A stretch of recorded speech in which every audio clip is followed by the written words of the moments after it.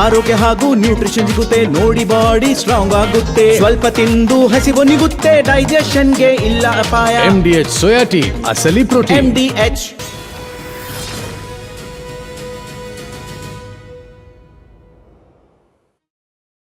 ಮಹಾಭಾರತದ ಈ ದಿನದ ಚರ್ಚೆಯಲ್ಲಿ ಮಸೂದೆ ಮೂಲಕ RSS ಚಟುವಟಿಕೆಗೆ ಮೂಗುದಾರಾನ, ಹೊಸ ಕಾಯ್ದೆ ಹಳೆ ಸಂಘರ್ಷನ. ನಮಸ್ಕಾರ, ಮಹಾಭಾರತ ವಿಶೇಷ ಚರ್ಚಾ ಕಾರ್ಯಕ್ರಮಕ್ಕೆ ಸ್ವಾಗತ. ನಾನು ಸ್ಮಿತಾ ರಂಗನಾಥ್. ಸಾರ್ವಜನಿಕ ಆಸ್ತಿ ಹಾಗೆ ಸರ್ಕಾರಿ ಆಸ್ತಿ ಹಾಗೆ ಆವರಣಗಳಲ್ಲಿ ನಡೆಯುವ ಖಾಸಗಿ ಕಾರ್ಯಕ್ರಮಗಳ ಮೇಲೆ ಒಂದು ಹದ್ದಿನ ಕಣ್ಣಿಡ್ಲಿಕ್ಕೆ, ಅದನ್ನ ಕಾನೂನಾತ್ಮಕವಾಗಿ ನಿಯಂತ್ರಣ ಮಾಡುವ ಸಲುವಾಗಿ ರಾಜ್ಯ ಸರ್ಕಾರ ಹೊಸದೊಂದು ಕಾಯ್ದೆಯನ್ನ ಜಾರಿಗೆ ತರಲಿಕ್ಕೆ ಹೊರಟಿದೆ. ಸಂಪುಟ ಸಭೆಯಲ್ಲಿ ಮಸೂದೆ ಮಂಡನೆ, ಇದೇ ಅಧಿವೇಶನದಲ್ಲೇ ಮಸೂದೆ ಮಂಡನೆ ಮಾಡಲಿಕ್ಕೆ ಒಪ್ಪಿಗೆಯನ್ನ ಕೂಡ ಪಡೆದುಕೊಂಡಿದೆ.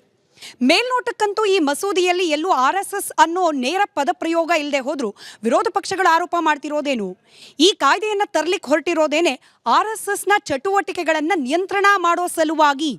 ಕಾಂಗ್ರೆಸ್ ಪಕ್ಷಕ್ಕಿರುವ ಸೈದ್ಧಾಂತಿಕ ವಿರೋಧ, ಅದರ ಭಾಗವಾಗಿಯೇ ಈ ಕಾಯ್ದೆ ತರುವ ಪ್ರಯತ್ನ ಮಾಡಲಾಗ್ತಾ ಇದೆ. ಒಂದರ್ಥದಲ್ಲಿ ನೇರಾನೇರವಾಗಿ ಗೃಹ ಸಚಿವರಾಗಿರುವ ಪ್ರಿಯಾಂಕ್ ಖರ್ಗೆ ಅವರು ತಮ್ಮ ಹಳೆಯ ಸಂಘರ್ಷವನ್ನ ಹೊಸ ಕಾಯ್ದೆಯ ಮೂಲಕ ಮುಂದುವರಿಸುವ ಪ್ರಯತ್ನ ಮಾಡ್ತಿದ್ದಾರೆ ಅನ್ನೋ ಆರೋಪ. ನಿಜಾನ? ಈ ಮಸೂದೆ ತರಲಿಕ್ಕೆ ಹೊರಟಿರುವ ರಾಜ್ಯ ಸರ್ಕಾರ, ಅದರಲ್ಲೂ ಕಾಂಗ್ರೆಸ್ ಪಕ್ಷ, ಅದರಲ್ಲೂ ಗೃಹ ಸಚಿವರಾದ ಪ್ರಿಯಾಂಕ್ ಖರ್ಗೆ ಅವರ ಉದ್ದೇಶ ಕೇವಲ RSS ಚಟುವಟಿಕೆಗಳನ್ನ ನಿರ್ಬಂಧ ಮಾಡೋದು, ನಿಷೇಧ ಮಾಡೋದು ಮಾತ್ರನಾ? ಅಸಲಿಗೆ ಇಷ್ಟೆಲ್ಲ ಸಂಘರ್ಷಗಳಾಗ್ತಾ ಇದ್ರೂ ಕೂಡ RSS ನೋಂದಣಿ ಅನ್ನೋ ವಿಚಾರ ಬಂದಾಗ ಅದಕ್ಕೆ ಉತ್ತರ ನೀಡದೇ ಇರುವಂತಹ ನಿರ್ಧಾರಕ್ಕೆ ಬರ್ತಿರೋದು ಯಾಕೆ? ಈ ಎಲ್ಲ ಪ್ರಶ್ನೆಗಳಿಗೆ ಉತ್ತರವನ್ನ ಕಂಡುಕೊಳ್ಳೋ ಪ್ರಯತ್ನವನ್ನ ಇವತ್ತಿನ ಮಹಾಭಾರತ ಚರ್ಚಾ ಕಾರ್ಯಕ್ರಮದಲ್ಲಿ ಮಾಡ್ತಾ ಹೋಗೋಣ. ಚರ್ಚೆ ಪ್ರಾರಂಭಕ್ಕೆ ಮುಂಚೆ ಈ ಬಗ್ಗೆ ಒಂದು ವರದಿ ನಿಮ್ಮ ಮುಂದೆ.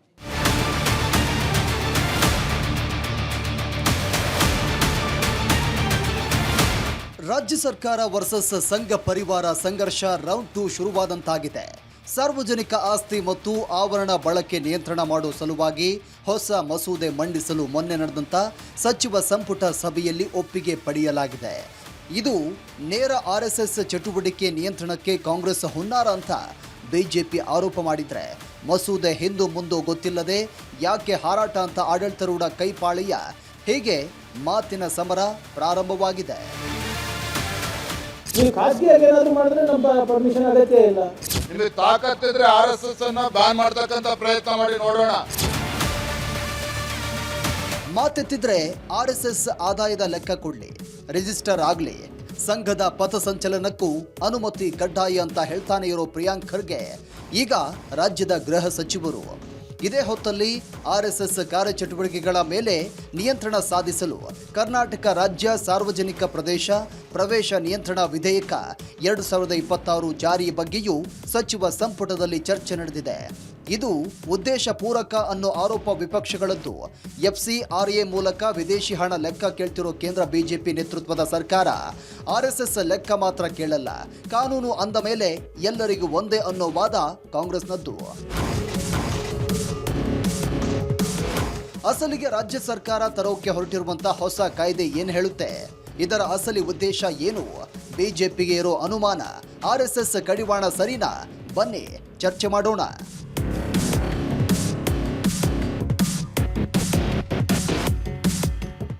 ಚರ್ಚೆಯನ್ನ ಪ್ರಾರಂಭ ಮಾಡ್ತಾ ಚರ್ಚೆಯಲ್ಲಿ ಕಾಂಗ್ರೆಸ್ ವಕ್ತಾರರಾದ ನಟರಾಜ್ ಗೌಡ್ರಿದ್ದಾರೆ, ಬಿಜೆಪಿ ವಕ್ತಾರರಾದ ಶ್ರೀನಿವಾಸ್ ಅವರಿದ್ದಾರೆ, ವಕೀಲರಾದ ಅಮೃತೇಶ್ ಅವರಿದ್ದಾರೆ, ಹಾಗೆ ಅಹಿಂದ ಮುಖಂಡರಾದ ಲೋಹಿತ್ ನಾಯಕ್ ಅವರಿದ್ದಾರೆ.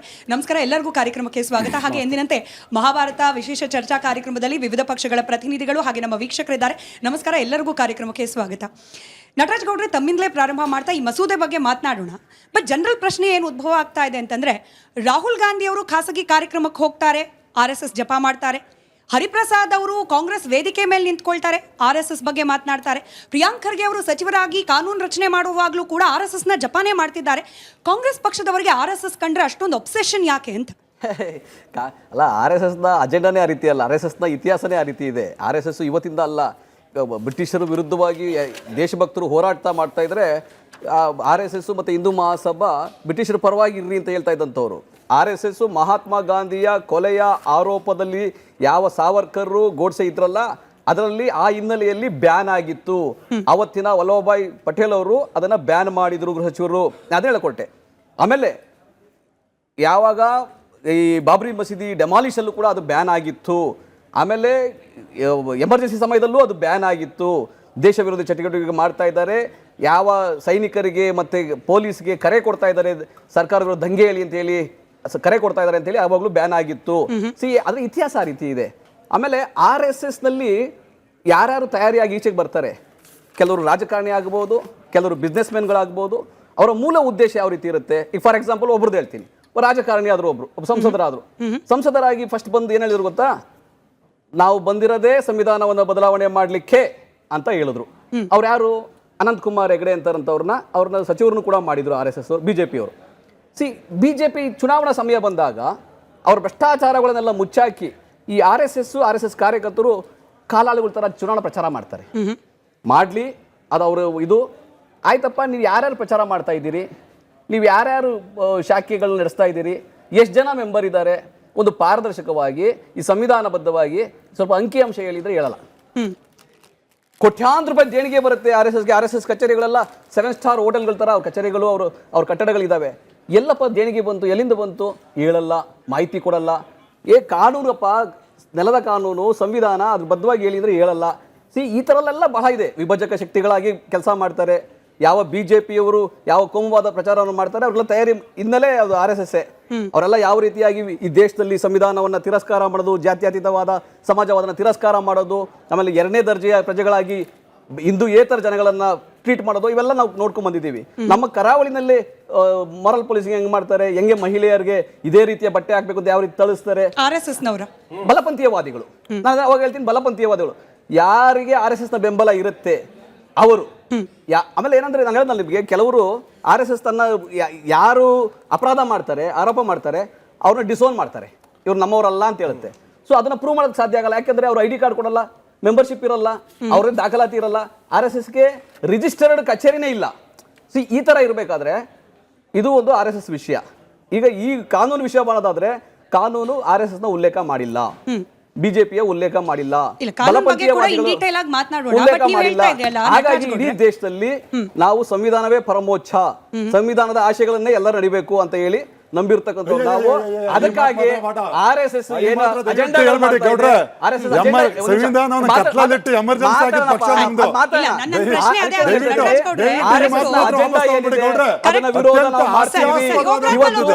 ನಾಳೆಗೂ ಮಾಡ್ತೀವಿ. ಜಾತ್ಯತೀತ ಪದವನ್ನ ಯಾವಾಗ ನಾವು ತೆಗಿತೀವಿ ಅಂತ ಹೇಳಿದ್ರು ನಾವು ಅದನ್ನ ವಿರೋಧ ಮಾಡ್ತೀವಿ. ಸಂವಿಧಾನವನ್ನು ಬದಲಾಯಿಸಕ್ಕೆ ಬಂದಿರೋದು ಅಂತ ಹೇಳಿದ್ರೆ ನಾವು ಅದನ್ನ ವಿರೋಧ ಮಾಡ್ತೀವಿ. ಕಾನೂನಿಗೆ ಗೌರವ ಕೊಟ್ಟಿಲ್ಲ, ವಿರೋಧ ಮಾಡ್ತೀವಿ. RSS ಯಾವತ್ತೂ ಕೂಡ ಸೈದ್ಧಾಂತಿಕವಾಗಿ ನಮ್ಮ ವಿರೋಧಿಗಳೇ, ಹಾಗಾಗಿ ವಿರೋಧವನ್ನ ಮಾಡ್ತೀವಿ. ಆಮೇಲೆ ಅದು ಮುಖವಾಡ ಇದೆಯಲ್ಲ, ಬಿಜೆಪಿಯ ಮುಖವಾಡ ಇದೆಯಲ್ಲ, ಅದನ್ನ ಬಿಚ್ಚಾಕಿ RSS ಅವರು ನೇರವಾಗಿ RSS ಚಿಹ್ನೆಯಲ್ಲಿ ಬಂದು ಚುನಾವಣೆಯನ್ನ ಮಾಡ್ಲಿ, ನಿಲ್ಲಿ, ಆ ಬಯಕೆಗೆ ನಾವು ಅದನ್ನ ಇನ್ವೈಟ್ ಮಾಡ್ತೀವಿ. ನಟರಾಜ್ ಗೌಡ್ರೆ, ದೇಶದಲ್ಲಿ ಎಮರ್ಜೆನ್ಸಿಯನ್ನ ಹೇರಿ ಪ್ರಜಾಪ್ರಭುತ್ವದ ವಿರುದ್ಧ ನಿಲುವನ್ನ ತೆಗೆದುಕೊಂಡ ಕಾಂಗ್ರೆಸ್ ಪಕ್ಷ ಮೂವ್ ಆನ್ ಆಗಿದೆ. ಇವಾಗ ಎಲ್ಲಿ ಹೋದ್ರು ನಿಮ್ಮ ಪಕ್ಷದ ಇಲ್ಲ ಸರ್, ಕೇಳಿಸ್ಕೊಳ್ಳೋಣ. ಎಮರ್ಜೆನ್ಸಿ ಹೇರಿ ದೇಶದ ಪ್ರಜಾಪ್ರಭುತ್ವ ವ್ಯವಸ್ಥೆಗೆ ಉಲ್ಟಾ ನಡ್ಕೊಂಡಿದ್ದ ಕಾಂಗ್ರೆಸ್ ಪಕ್ಷ ಈಗ ಬದಲಾಗಿದೆ, ಮೂವ್ ಆನ್ ಆಗಿದೆ. ಕೈಯಲ್ಲಿ ಸಂವಿಧಾನದ ಪ್ರತಿಯನ್ನ ಇಟ್ಕೊಂಡು ನಿಮ್ ನಾಯಕರು ಓಡಾಡ್ತಿರುವಾಗ ನೀವು RSS ವಿಚಾರ ಬಂದಾಗ ಮಾತ್ರ ಯಾಕೆ 1947, 1950ರ ದಶಕ, 60ರ ದಶಕ ಯಾಕೆ ಇನ್ನೂ ಅಲ್ಲೇ ಸ್ಟಕ್ ಆಗಿದ್ದೀರಿ ಅಂತ ಹೇಳಿ. RSS ಬದಲಾಗಿದೆ, RSS ಸಮಾಜ ಪರವಾಗಿದೆ, RSS ದೇಶ ಪರವಾಗಿದೆ, ಸಮಾಜಮುಖಿಯಾಗಿದೆ ಅನ್ನೋ ವಾದ RSS ಕಡೆಯಿಂದ ಬರುವಾಗ ನೀವು ಯಾಕೆ ಇನ್ನೂ ಕೂಡ 40, 50, 60ರ ದಶಕದಲ್ಲೇ RSS ಬಗ್ಗೆ ನೀವು ಇನ್ನೂ ಸ್ಟಕ್ ಆಗಿದ್ದೀರಿ ಅಂತ ಹೇಳಿ. ಈಗ ನೀವು ಎಮರ್ಜೆನ್ಸಿ ಉಲ್ಲೇಖ ಮಾಡಿದ್ದು ನಾನು ಹೇಳ್ತೀನಿ. ಎಮರ್ಜೆನ್ಸಿಯನ್ನ ನಾವು ಯಾವತ್ತೂ ಬೆಂಬಲ ಕೊಡಬಾರ್ದಾಗಿತ್ತು. ಎಮರ್ಜೆನ್ಸಿಯ ವಿಷಾದ ನಮಗಿದೆ, ಇವತ್ತು ಇದೆ, ವಿಷಾದ ಇದೆ. ಕ್ಷಮೆ ಕೇಳಿ, ಕೇಳಪ್ಪ, ನೀನು ಕ್ಷಮೆ ಕೇಳಿ. ಡಿಬೇಟ್ ಆದ್ರೆ ಕಂಟಿನ್ಯೂ ಮಾಡ್ತೀನಿ. ಈ ತರ ಕಂಟಿನ್ಯೂ ಮಾಡ್ತೀನಿ.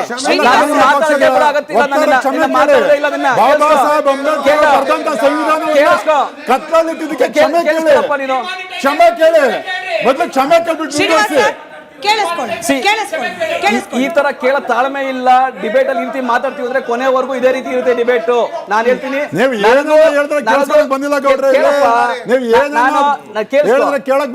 ಕೇಳಿಸ್ಕೊ, ನನ್ನ ಮಾತು ನೀನ್ ಕೇಳಿಸ್ಕೋಬೇಡ ಅಂತ ಕೇಳಿಸ್ಕೊ ಅಂತ ಹೇಳ್ತಲ್ಲ. ನಾನು ಕರ್ನಾಟಕದ ಕನ್ನಡಿಗರಿಗೆ ಹೇಳ್ತಾ ಇದ್ದೀನಿ, ಕರ್ನಾಟಕದ ಜನತೆಗೆ ಹೇಳ್ತಾ ಇದ್ದೀನಿ, ಚಾನಲ್ ಅವ್ರಿಗೆ ಹೇಳ್ತಾ ಇದ್ದೀನಿ, ಹೇಳ್ತಾ ಇಲ್ಲ ನಾನು ಕೋಮುವಾದಿ ಬಿಜೆಪಿ ಹೇಳ್ತಾ ಇಲ್ಲ. ನಾನು ಅದು ಮಾತಾಡಕ್ ಬಿಡ್ಬೇಕಲ್ರಿ.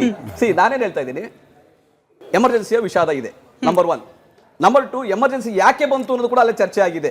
ಯಾವ ರೀತಿಯಾಗಿ ಕೆಲವು ಮೂವ್ಮೆಂಟ್ ಅನ್ನ ಮಾಡಿಕೊಂಡು ಬಲಪಂಥೀಯವಾದಿಗಳು ಕೋಮುವಾದಿಗಳು ದೇಶದ ಆಡಳಿತವನ್ನ ಸಾರ್ವಭೌಮತ್ವವನ್ನ ಉಲ್ಟಾ ಮಾಡಬೇಕು ಅಂತ ಪ್ರಯತ್ನ ಮಾಡಿದ್ರು, ಸೈನಿಕರಿಗೆ ಮತ್ತೆ ಪೊಲೀಸರಿಗೆಲ್ಲ ದಂಗೆ ಏಳಲಿಕ್ಕೆ ಕರೆ ಕೊಟ್ಟಿದ್ರು. ಆ ಟೈಮಲ್ಲಿ ಎಮರ್ಜೆನ್ಸಿ ಬಂತು, ಆಯ್ತಾ, ಅದು ಮುಗಿದ ಅಧ್ಯಾಯ. ಅದನ್ನ ನಾವು ವಿಷಾದ ಇವತ್ತು ಕೂಡ ವ್ಯಕ್ತಪಡಿಸ್ತೀವಿ. ಎರಡನೇ ವಿಷಯ ಏನು, ನೀವು ಬಾಬರಿ ಮಸೀದಿ ಡೆಮಾಲಿಷನ್ ಆದ ಮೇಲೆ ಅಡ್ವಾಣಿಯವರು ಕ್ಷಮೆ ಯಾಚಿಸಿದ್ದಾರೆ ದೇಶದ್ದು, ಆದ್ರೆ RSSನ ಮುಖ್ಯಸ್ಥರು ಯಾವತ್ತೂ ಕ್ಷಮೆ ಯಾಚಿಸಿಲ್ಲ. ಅಡ್ವಾಣಿ ಯಾರು? ಅದೇ RSS ಚಡ್ಡಿ ಇಟ್ಕೊಂಡು ಪದಯಾತ್ರೆ ಮಾಡೋಂಥವ್ರು, ಅದೇ ಪಥಸಂಚಲನ ಮಾಡೋಂಥವ್ರು, ಅವರು ಕ್ಷಮೆ ಯಾಚಿಸಬಹುದಂತೆ, RSS ಕ್ಷಮೆ ಯಾಚಿಸಲ್ಲ ಇಲ್ಲಿವರೆಗೂ. ಈಗ ನಟರಾಜ್ ಗೌಡ್ರು ವಿಷಾದ ವ್ಯಕ್ತಪಡಿಸಿದ್ರು, ಹಾಗಾಗಿ ಕಾಂಗ್ರೆಸ್ ಪಕ್ಷದ ಇಡೀ ಮಾತು ಇದೇ ಇರಬಹುದು ಅಂತ ಹೇಳಿ ನಾವು ಅನ್ಕೊಂಡು ಸುಮ್ಮನೆ ಆಗ್ತೀವಿ ಸರ್. ಯಾಕೆ? ಇಡೀ ನಮ್ಮ ಅಲ್ಲ, ಕೇಳಿಸ್ಕೊಳ್ಳಿ. ಎಮರ್ಜೆನ್ಸಿ ಹೇರಿದ ಇಂದಿರಾ ಗಾಂಧಿ ಅವ್ರ ಕ್ಷಮೆ ಕೇಳಲಿಲ್ಲ, ನೆಹರು ಅವ್ರ ಕ್ಷಮೆ ಕೇಳಲಿಲ್ಲ, ಸೋನಿಯಾ ಗಾಂಧಿ ಅವ್ರ ಕ್ಷಮೆ ಕೇಳಲಿಲ್ಲ, ರಾಹುಲ್ ಗಾಂಧಿ ಕ್ಷಮೆ ಕೇಳಲಿಲ್ಲ. ಹಿಂಗ ವಾದ ಮಾಡೋದು ಸರಿ? ವಾದ ಮಾಡೋದು ಸರಿ? ನನ್ನ ಪ್ರಶ್ನೆ ಅಷ್ಟೇ. ಇಲ್ಲ, ನಿಮ್ಮ ಪ್ರಶ್ನೆ ಅಲ್ಲ ಅದು. ನಾನೇನು ಹೇಳ್ತಾ ಇದ್ದೀನಿ ಅಂದ್ರೆ, ಬಾಬರಿ ಮಸೀದಿ ಡೆಮಾಲಿಷನ್ ಇಂದ ಹಿಡಿದು ಇವತ್ತವರೆಗೂ ಇಡೀ ದೇಶದಲ್ಲಿ ಈ ಸಂವಿಧಾನ ಅಂದ್ರೆ ಏನು, ಈ ಕೇವಲ ಕಾನೂನು ಅಥವಾ ಕೇವಲ ಭೂಪಟ ಅಲ್ಲ. ಈ ಭಾರತ ಅಂದ್ರೆ ಭೂಪಟ ಅಲ್ಲ. ಭಾರತ ಅಂದ್ರೆ 140 ಕೋಟಿ ಜನ.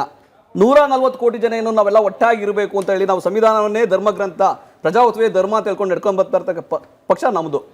ಬಿಜೆಪಿ ಏನ್ ಮಾಡ್ತಾ ಇದೆ, ಅಥವಾ RSS ನ ಮುಖವಾಣಿ ಬಿಜೆಪಿ ಏನ್ ಮಾಡ್ತಾ ಇದೆ, ಇಡೀ ದೇಶದಲ್ಲಿ ಇಲ್ಲ ನಾವು ಹಿಂದುತ್ವ, ನಾವು ಹಿಂದೂಗಳು, ಬೇರೆಯವರೆಲ್ಲ ಎರಡನೇ ದರ್ಜೆ. ಇಡೀ ದೇಶದಲ್ಲಿ ಕೇಂದ್ರ ಸರ್ಕಾರದಲ್ಲಿ 80 ಜನ ಮಂತ್ರಿಗಳಿದ್ದಾರೆ. ಯಾರಾದ್ರೂ ಒಬ್ರು ಅಲ್ಪಸಂಖ್ಯಾತರಿದ್ದಾರಾ? ಯಾರೊಬ್ರು ಮುಸಲ್ಮಾನರಿದ್ದಾರಾ? ಈ ದೇಶದಲ್ಲಿ 20 ಕೋಟಿ ಮುಸಲ್ಮಾನರಿಲ್ವಾ? ಆ ರೀತಿಯಾಗಿ ವಿಭಜಕ ಶಕ್ತಿಯಾಗಿ ಕೆಲಸ ಮಾಡ್ತಾ ಇದ್ದಾರೆ. ಒಟ್ಟುಗೂಡಿಸೋದು ಸಂವಿಧಾನ, ಆ ಒಟ್ಟುಗೂಡಿಸೋಕೆ ಸಂವಿಧಾನದ ಪರವಾಗಿ ನಾವು ಕೆಲಸ ಮಾಡ್ತಾ ಇರೋರು. ಅದಕ್ಕಾಗಿ ನಾನು ಏನ್ ಹೇಳ್ತಾ ಇದ್ದೀನಿ ಅಂದ್ರೆ, ಬಿಜೆಪಿ ನೋಡಿ, RSS ನೀವು ಹೇಳ್ದಂಗೆ ಏನೋ ಬದಲಾವಣೆ ಆಯ್ತು, ಮೂವ್ ಆಗ್ತದೆ ಅಂತ RSS ಯಾವತ್ತೂ ಹೇಳಿಲ್ಲ. RSS ಧರ್ಮಗ್ರಂಥ ನಂದು ಮನುಸ್ಮೃತಿ ಅಂತ ಹೇಳುತ್ತೆ ಹೊರತು ಅಂಬೇಡ್ಕರ್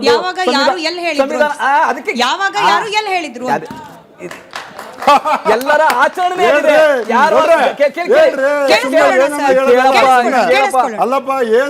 ಶುರು ಮಾಡ್ಬೇಕಾದ್ರೆ ನಿಮ್ಗೆ ಹೇಳ್ದೆ ಏನ್ ಹೇಳ್ದೆ, ಒಬ್ಬ ಸಂಸದ, ಬಿಜೆಪಿಯ ಸಂಸದ, RSS ನ ಹಿರಿಯ ನಾಯಕ, RSS ಶಾಖೆಗೆ ದಿನ ಹೋಗುವಂತವನು ಏನ್ ಹೇಳ್ದ, ಈ ಸಂವಿಧಾನ ಬದಲಾಯಿಸಲಿಕ್ಕೆ ಬಂದಿರೋದು ಅಂತ ಹೇಳ್ದ. ಅದು ಯಾವಾಗ, ಎಲ್ಲಿ ಅಂತ ನಿಮ್ಗೆ ಮಾಹಿತಿ ಬಂತು ಅಂತ? ಮನುಸ್ಮೃತಿ ನಮ್ಮ ಧರ್ಮ ಗ್ರಂಥ, ನಮ್ಮ ದೇಶಕ್ಕೆ ಸಂವಿಧಾನಕ್ಕಿಂತ ಹೆಚ್ಚು ಅಂತ ಯಾರು ಹೇಳಿದ್ರು? ನನ್ನ ಪ್ರಶ್ನೆ ಏನಿವೆ. ಒಂದ್ ನಿಮಿಷ. ಇವತ್ತಿನ RSS ನ ಸರಸಂಚಾಲಕರು ಮೋಹನ್ ಭಾಗವತ್ ಅವರು 2017ರಲ್ಲಿ ಈ ಮೀಸಲಾತಿಯ ಮರುಪರಿಶೀಲನೆ ಆಗಬೇಕು ಅಂದ್ರು. ಯಾಕಂದ್ರು?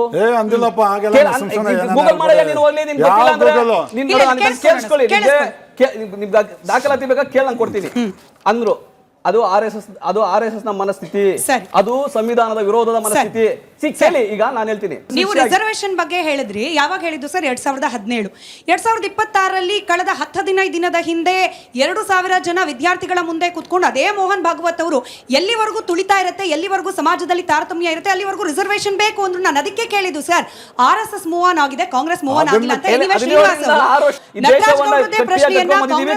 ಪ್ರಶ್ನೆಯನ್ನೇ ಮುಂದುವರಿಸ್ತಾ ಸರ್, ಪ್ರಜಾಪ್ರಭುತ್ವ ಮೌಲ್ಯ ಹಾಗೆ ಸಂವಿಧಾನ ಸರ್ವೋಪರಿ ಅಂತ ಇರುವಾಗ ನಮಗೆ ಸಿದ್ಧಾಂತವೇ ಮುಖ್ಯ, ನಮಗೆ ನಮ್ಮ ಸ್ವಾಭಿಮಾನವೇ ಮುಖ್ಯ ಅಂತ ಹೇಳಿ RSS ಜಿದ್ದಿಗೆ ಬಿದ್ದಿದ್ಯಾ? ಯಾಕೆ ಹೇಳ್ತಿದ್ದೀನಿ ಪ್ರಶ್ನೆ, ಅಕೌಂಟಬಿಲಿಟಿ ಅನ್ನೋದು ಎಲ್ಲರಿಗೂ ಅನ್ವಯ ಆಗುತ್ತೆ ಅಂತ ಅಂದಾಗ RSS ಕೂಡ ಆಗಬೇಕು ಸರ್.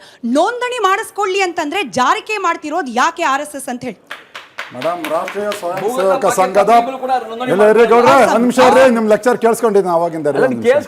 ರಾಷ್ಟ್ರೀಯ ಸ್ವಯಂ ಸೇವಕ ಸಂಘದ ಪ್ರತಿ ಕಾರ್ಯಕರ್ತ ಅಪ್ಪಟ ರಾಷ್ಟ್ರೀಯವಾದಿ ಮತ್ತೆ ರಾಷ್ಟ್ರಪ್ರೇಮಿ. ಈ ದೇಶದ ಎಲ್ಲ ಕಾನೂನುಗಳನ್ನ ಯಾರಾದ್ರೂ ಮೊದಲು ಪಾಲನೆ ಮಾಡ್ತಾರ ಅಂದ್ರೆ ಅವರು ಸಂಘ ಪರಿವಾರದ ಕಾರ್ಯಕರ್ತರು. ಅರ್ಥ ಆಯ್ತಲ್ಲ ಮೇಡಮ್? ನಾವು ಯಾವುದೇ ಚುನಾಯಿತ ಸರ್ಕಾರ ಜನಪರವಾದಂತ ಕಾನೂನುಗಳನ್ನ ತಗೊಂಡ್ ಬಂದ್ರೆ ನಾವು ಪಾಲನೆ ಮಾಡ್ತೀವಿ, ಅದರಲ್ಲಿ ಎರಡನೇ ಮಾತಿಲ್ಲ. ಆದರೆ ನಟರಾಜ್ ಗೌಡ್ರು ನೀವು ಕೇಳಿದ ಪ್ರಶ್ನೆ ಬಿಟ್ಟು ಇನ್ನೆಲ್ಲ ಜಿಲೇಬಿ ಥರ ಸುತ್ತಬಿಟ್ರು. ಅವರು ರಿಜಿಸ್ಟ್ರೇಷನ್ಗೆ ಹೋದ್ರು, ಅಲ್ಲೋದ್ರು, ಇಲ್ಲೋದ್ರು. ನಾನು ಹೇಳ್ತೀನಿ ಮೇಡಮ್, 1994 ಪಟ್ನಾ ಕೋರ್ಟಲ್ಲಿ ಇನ್ಕಮ್ ಟ್ಯಾಕ್ಸ್ನವರು RSS ಮೇಲೆ ಒಂದೇ ಕೇಸನ್ನು ದಾಖಲೆ ಮಾಡ್ತಾರೆ. ನೀವು ಕಲೆಕ್ಟ್ ಮಾಡೋ ಅಂಥ ಗುರು ಕಾಣಿಕೆಗೆ ನೀವು ಅದನ್ನು ಇನ್ಕಮ್ ಟ್ಯಾಕ್ಸ್ ಕಟ್ಟಿ ಅಂತೇಳಿ. ಸಂಘದ ಪದಾಧಿಕಾರಿಗಳು ಅವತ್ತು ಕೋರ್ಟಲ್ಲಿ ಹೇಳ್ತಾರೆ, ಇದು ರಿಜಿಸ್ಟರ್ಡ್ ಆರ್ಗನೈಸೇಷನ್ ಅಲ್ಲ, ಗ್ರೂಪ್ ಆಫ್ ಇಂಡಿವಿಜುವಲ್ಸ್. ಹಾಗಾಗಿ ನಾವು ಪಬ್ಲಿಕ್ ದೇಣಿಗೆ ಯಾವತ್ತೂ ಸಂಗ್ರಹ ಮಾಡಲ್ಲ. ನಾನು ನನ್ನ ಮನೆಯಲ್ಲಿ ಸಂಘದಿಂದ ಗುರುಪೂಜೆ ಮಾಡಿದ್ರೆ ನನಗೆ ಬೇಕಾದವರು 4 ಜನನ ಕರಿತೀನಿ, ಅವ್ರನ್ನ ಕಂಪಲ್ಸರಿ ಕೊಡಿ ಅಂತ ನಾನು ಕೇಳಲ್ಲ. ಅವರು ವಾಲಂಟಿಯರ್ ಆಗಿ ನಮ್ಗೆ ಕೊಡ್ತಾರೆ. ಅದು ಏನೇನು ಖರ್ಚು ಬಂದಿದೆ ಅಂತ ನಾನು ಅವ್ರಿಗೆ ಉತ್ತರದಾಯಿತ್ವವನ್ನು ನಟರಾಜ್ ಗೌಡ್ರಿಗೂ ಇನ್ಯಾರಿಗೂ ಅಲ್ಲ. ಅವ್ರಿಗೆ ನಾವು ಲೆಕ್ಕ ಕೊಟ್ಟಿದ್ದೀವಿ. ನಮ್ದು ಜಿಲ್ಲಾ ಒಂದ್ ನಿಮಿಷ ಗೌಡ್ರೆ ಇರಿ, ಒಂದ್ ನಿಮಿಷ ಇರ್ರಿ, ಪೂರ್ತಿ ಕೇಳಿಸ್ಕೊಡ್ರಿ, ಧೈರ್ಯ ಮಾಡ್ರಿ, ನಿಮ್ಮ ಮಾತನ್ನ ಕೇಳಿಸ್ಕೊಡ್ರಿ ಗೌಡ್ರೆ, ನನ್ನ ಮಾತು ದಮ್ಮಿದ್ರೆ ಧೈರ್ಯ ಮಾಡ್ರಿ, ನನ್ನ ಮಾತು ನಮ್ಮ ಲೆಕ್ಕಪತ್ರನ ಯಾರ ಒಂದ್ ಕೇಳಿಸ್ಕೊಡ್ರಿ, ದಮ್ಮಿದ್ರೆ ಕೇಳಿಸ್ಕೊಡ್ರಿ ಗೌಡ್ರೆ, ನಿಮ್ಮ ಮಾತನ್ನ ನಿಮ್ ಫಾಲ್ತು ಮಾತುಗಳನ್ನ ನಾನು ಕೇಳಿಸ್ಕೊಂಡಿದ್ದೀನಿ, ಇವಾಗ ನಿಜ ಹೇಳ್ತೀನಿ ಕೇಳಿಸ್ಕೊಡ್ರಿ, ಸಂವಿಧಾನ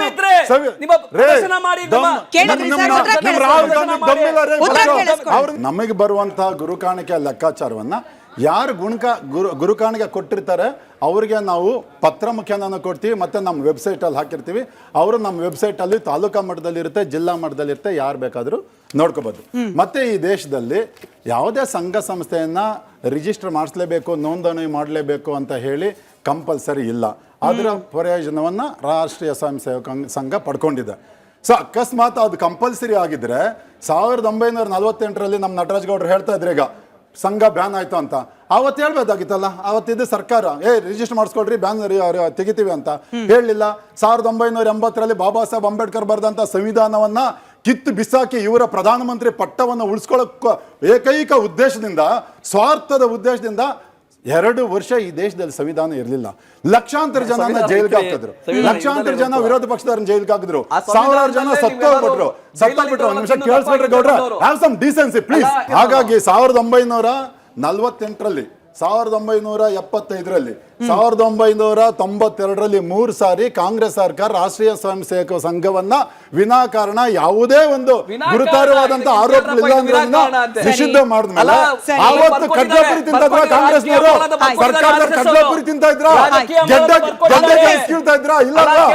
ಸೊ ಹಾಗಾಗಿ ಕೇಳಿಸ್ಕೊಡ್ರಿ ಗೌಡ್ರ, ಆದ್ರೆ ನಾವು ಸಂವಿಧಾನ ನಮಗೆ ಕೊಡ್ತಕ್ಕಂತ ಒಂದು ಪ್ರಿವಿಲೇಜ್ ಅನ್ನ ಬಳಸ್ಕೊಂಡಿದ್ದೇವೆ. ನಂಬರ್ 1. ನಂಬರ್ 2, ರಾಷ್ಟ್ರೀಯ ಸ್ವಯಂ ಸೇವಕ ಸಂಘದ ಯಾರು ಸ್ವಾತಂತ್ರ್ಯ ಹೋರಾಟ ಮಾಡ್ಲಿ ಅಂದ್ರು. ನಮ್ಮ ಕೇಳಿಸ್ಕೊಳಪ್ಪ, ಸ್ವಲ್ಪ ಇತಿಹಾಸ ನಿನ್ಗೆ ಗೊತ್ತಿಲ್ಲ ಅಂತ ಅಷ್ಟೊಂದು ಇಲ್ಲ ಅಂತಲ್ಲ. 1920ರಲ್ಲಿ ನಮ್ಮ ಸಂಘದ ಸಂಸ್ಥಾಪಕರಾದ ಡಾಕ್ಟರ್ ಕೇಶವ ಬಲಿರಾಮ್ ಹೆಡ್ಗೇವರ್ ಅವರು ಅಸಹಕಾರ ಚಳುವಳಿಯಲ್ಲಿ 2 ವರ್ಷ ಜೈಲಲ್ಲಿದ್ರು ಪೂನಾದಲ್ಲಿ. ಇದೇ ಕಾಂಗ್ರೆಸ್ನ ಅವತ್ತಿನ ನಾಯಕರು ಹೋಗಿ ಅವ್ರನ್ನ ರಿಸೀವ್ ಮಾಡಿಕೊಂಡು ದೊಡ್ಡ ಕಾರ್ಯಕ್ರಮ ಮಹಾರಾಷ್ಟ್ರದಲ್ಲಾಗಿದೆ. ನಟರಾಜ್ ಗೌಡ್ರು ದಯವಿಟ್ಟು ಇತಿಹಾಸವನ್ನ ತಿಳ್ಕೋಬೇಕು. ನಂಬರ್ 3, ಅನಂತ್ ಕುಮಾರ್ ಹೆಗಡೆ ಅವರ ವಿಷಯ ಅಂತ ತಗೊಂಡ್ ಬಂದ್ರು. ಅನಂತ್ ಕುಮಾರ್ ಹೆಗಡೆ ಅವರು ಹೇಳಿದ್ದು ನಿಜ, ನಾವು ಬಂದಿರೋದು ಈ ದೇಶದ ಸಂವಿಧಾನ ಬದಲಾವಣೆ ಮಾಡ್ಬೇಕಂತ. ಆದ್ರೆ ಭಾರತೀಯ ಜನತಾ ಪಕ್ಷ ಅವ್ರ ಆ ರೀತಿ ಮಾತಾಡಿದ್ದಕ್ಕೆ ನಾವು ಅವ್ರನ್ನ ಪಕ್ಷದಿಂದ ಮಿನಿಸ್ಟರ್ಶಿಪ್ ಇಂದ ರಾಜೀನಾಮೆ ಕೊಡಿಸಿದ್ವಿ. ಅವ್ರಿಗೆ MP ಟಿಕೆಟ್ ಕೊಡ್ಲಿಲ್ಲ, ಪಕ್ಷದಿಂದ ತೆಗೆದ್ವಿ. ಇವ್ರು ಅದೇ ಸಂತೋಷ್ ಲಾಡು ಸಂವಿಧಾನ ಬಂದಿದ್ದು ಸೋನಿಯಾ ಗಾಂಧಿ ಅವರು ಅಂತ ಇದ್ರು. ಇವ್ರು ಏನ್ ಅಕ್ಷರ ಚಂದ್ರಶೇಖರ್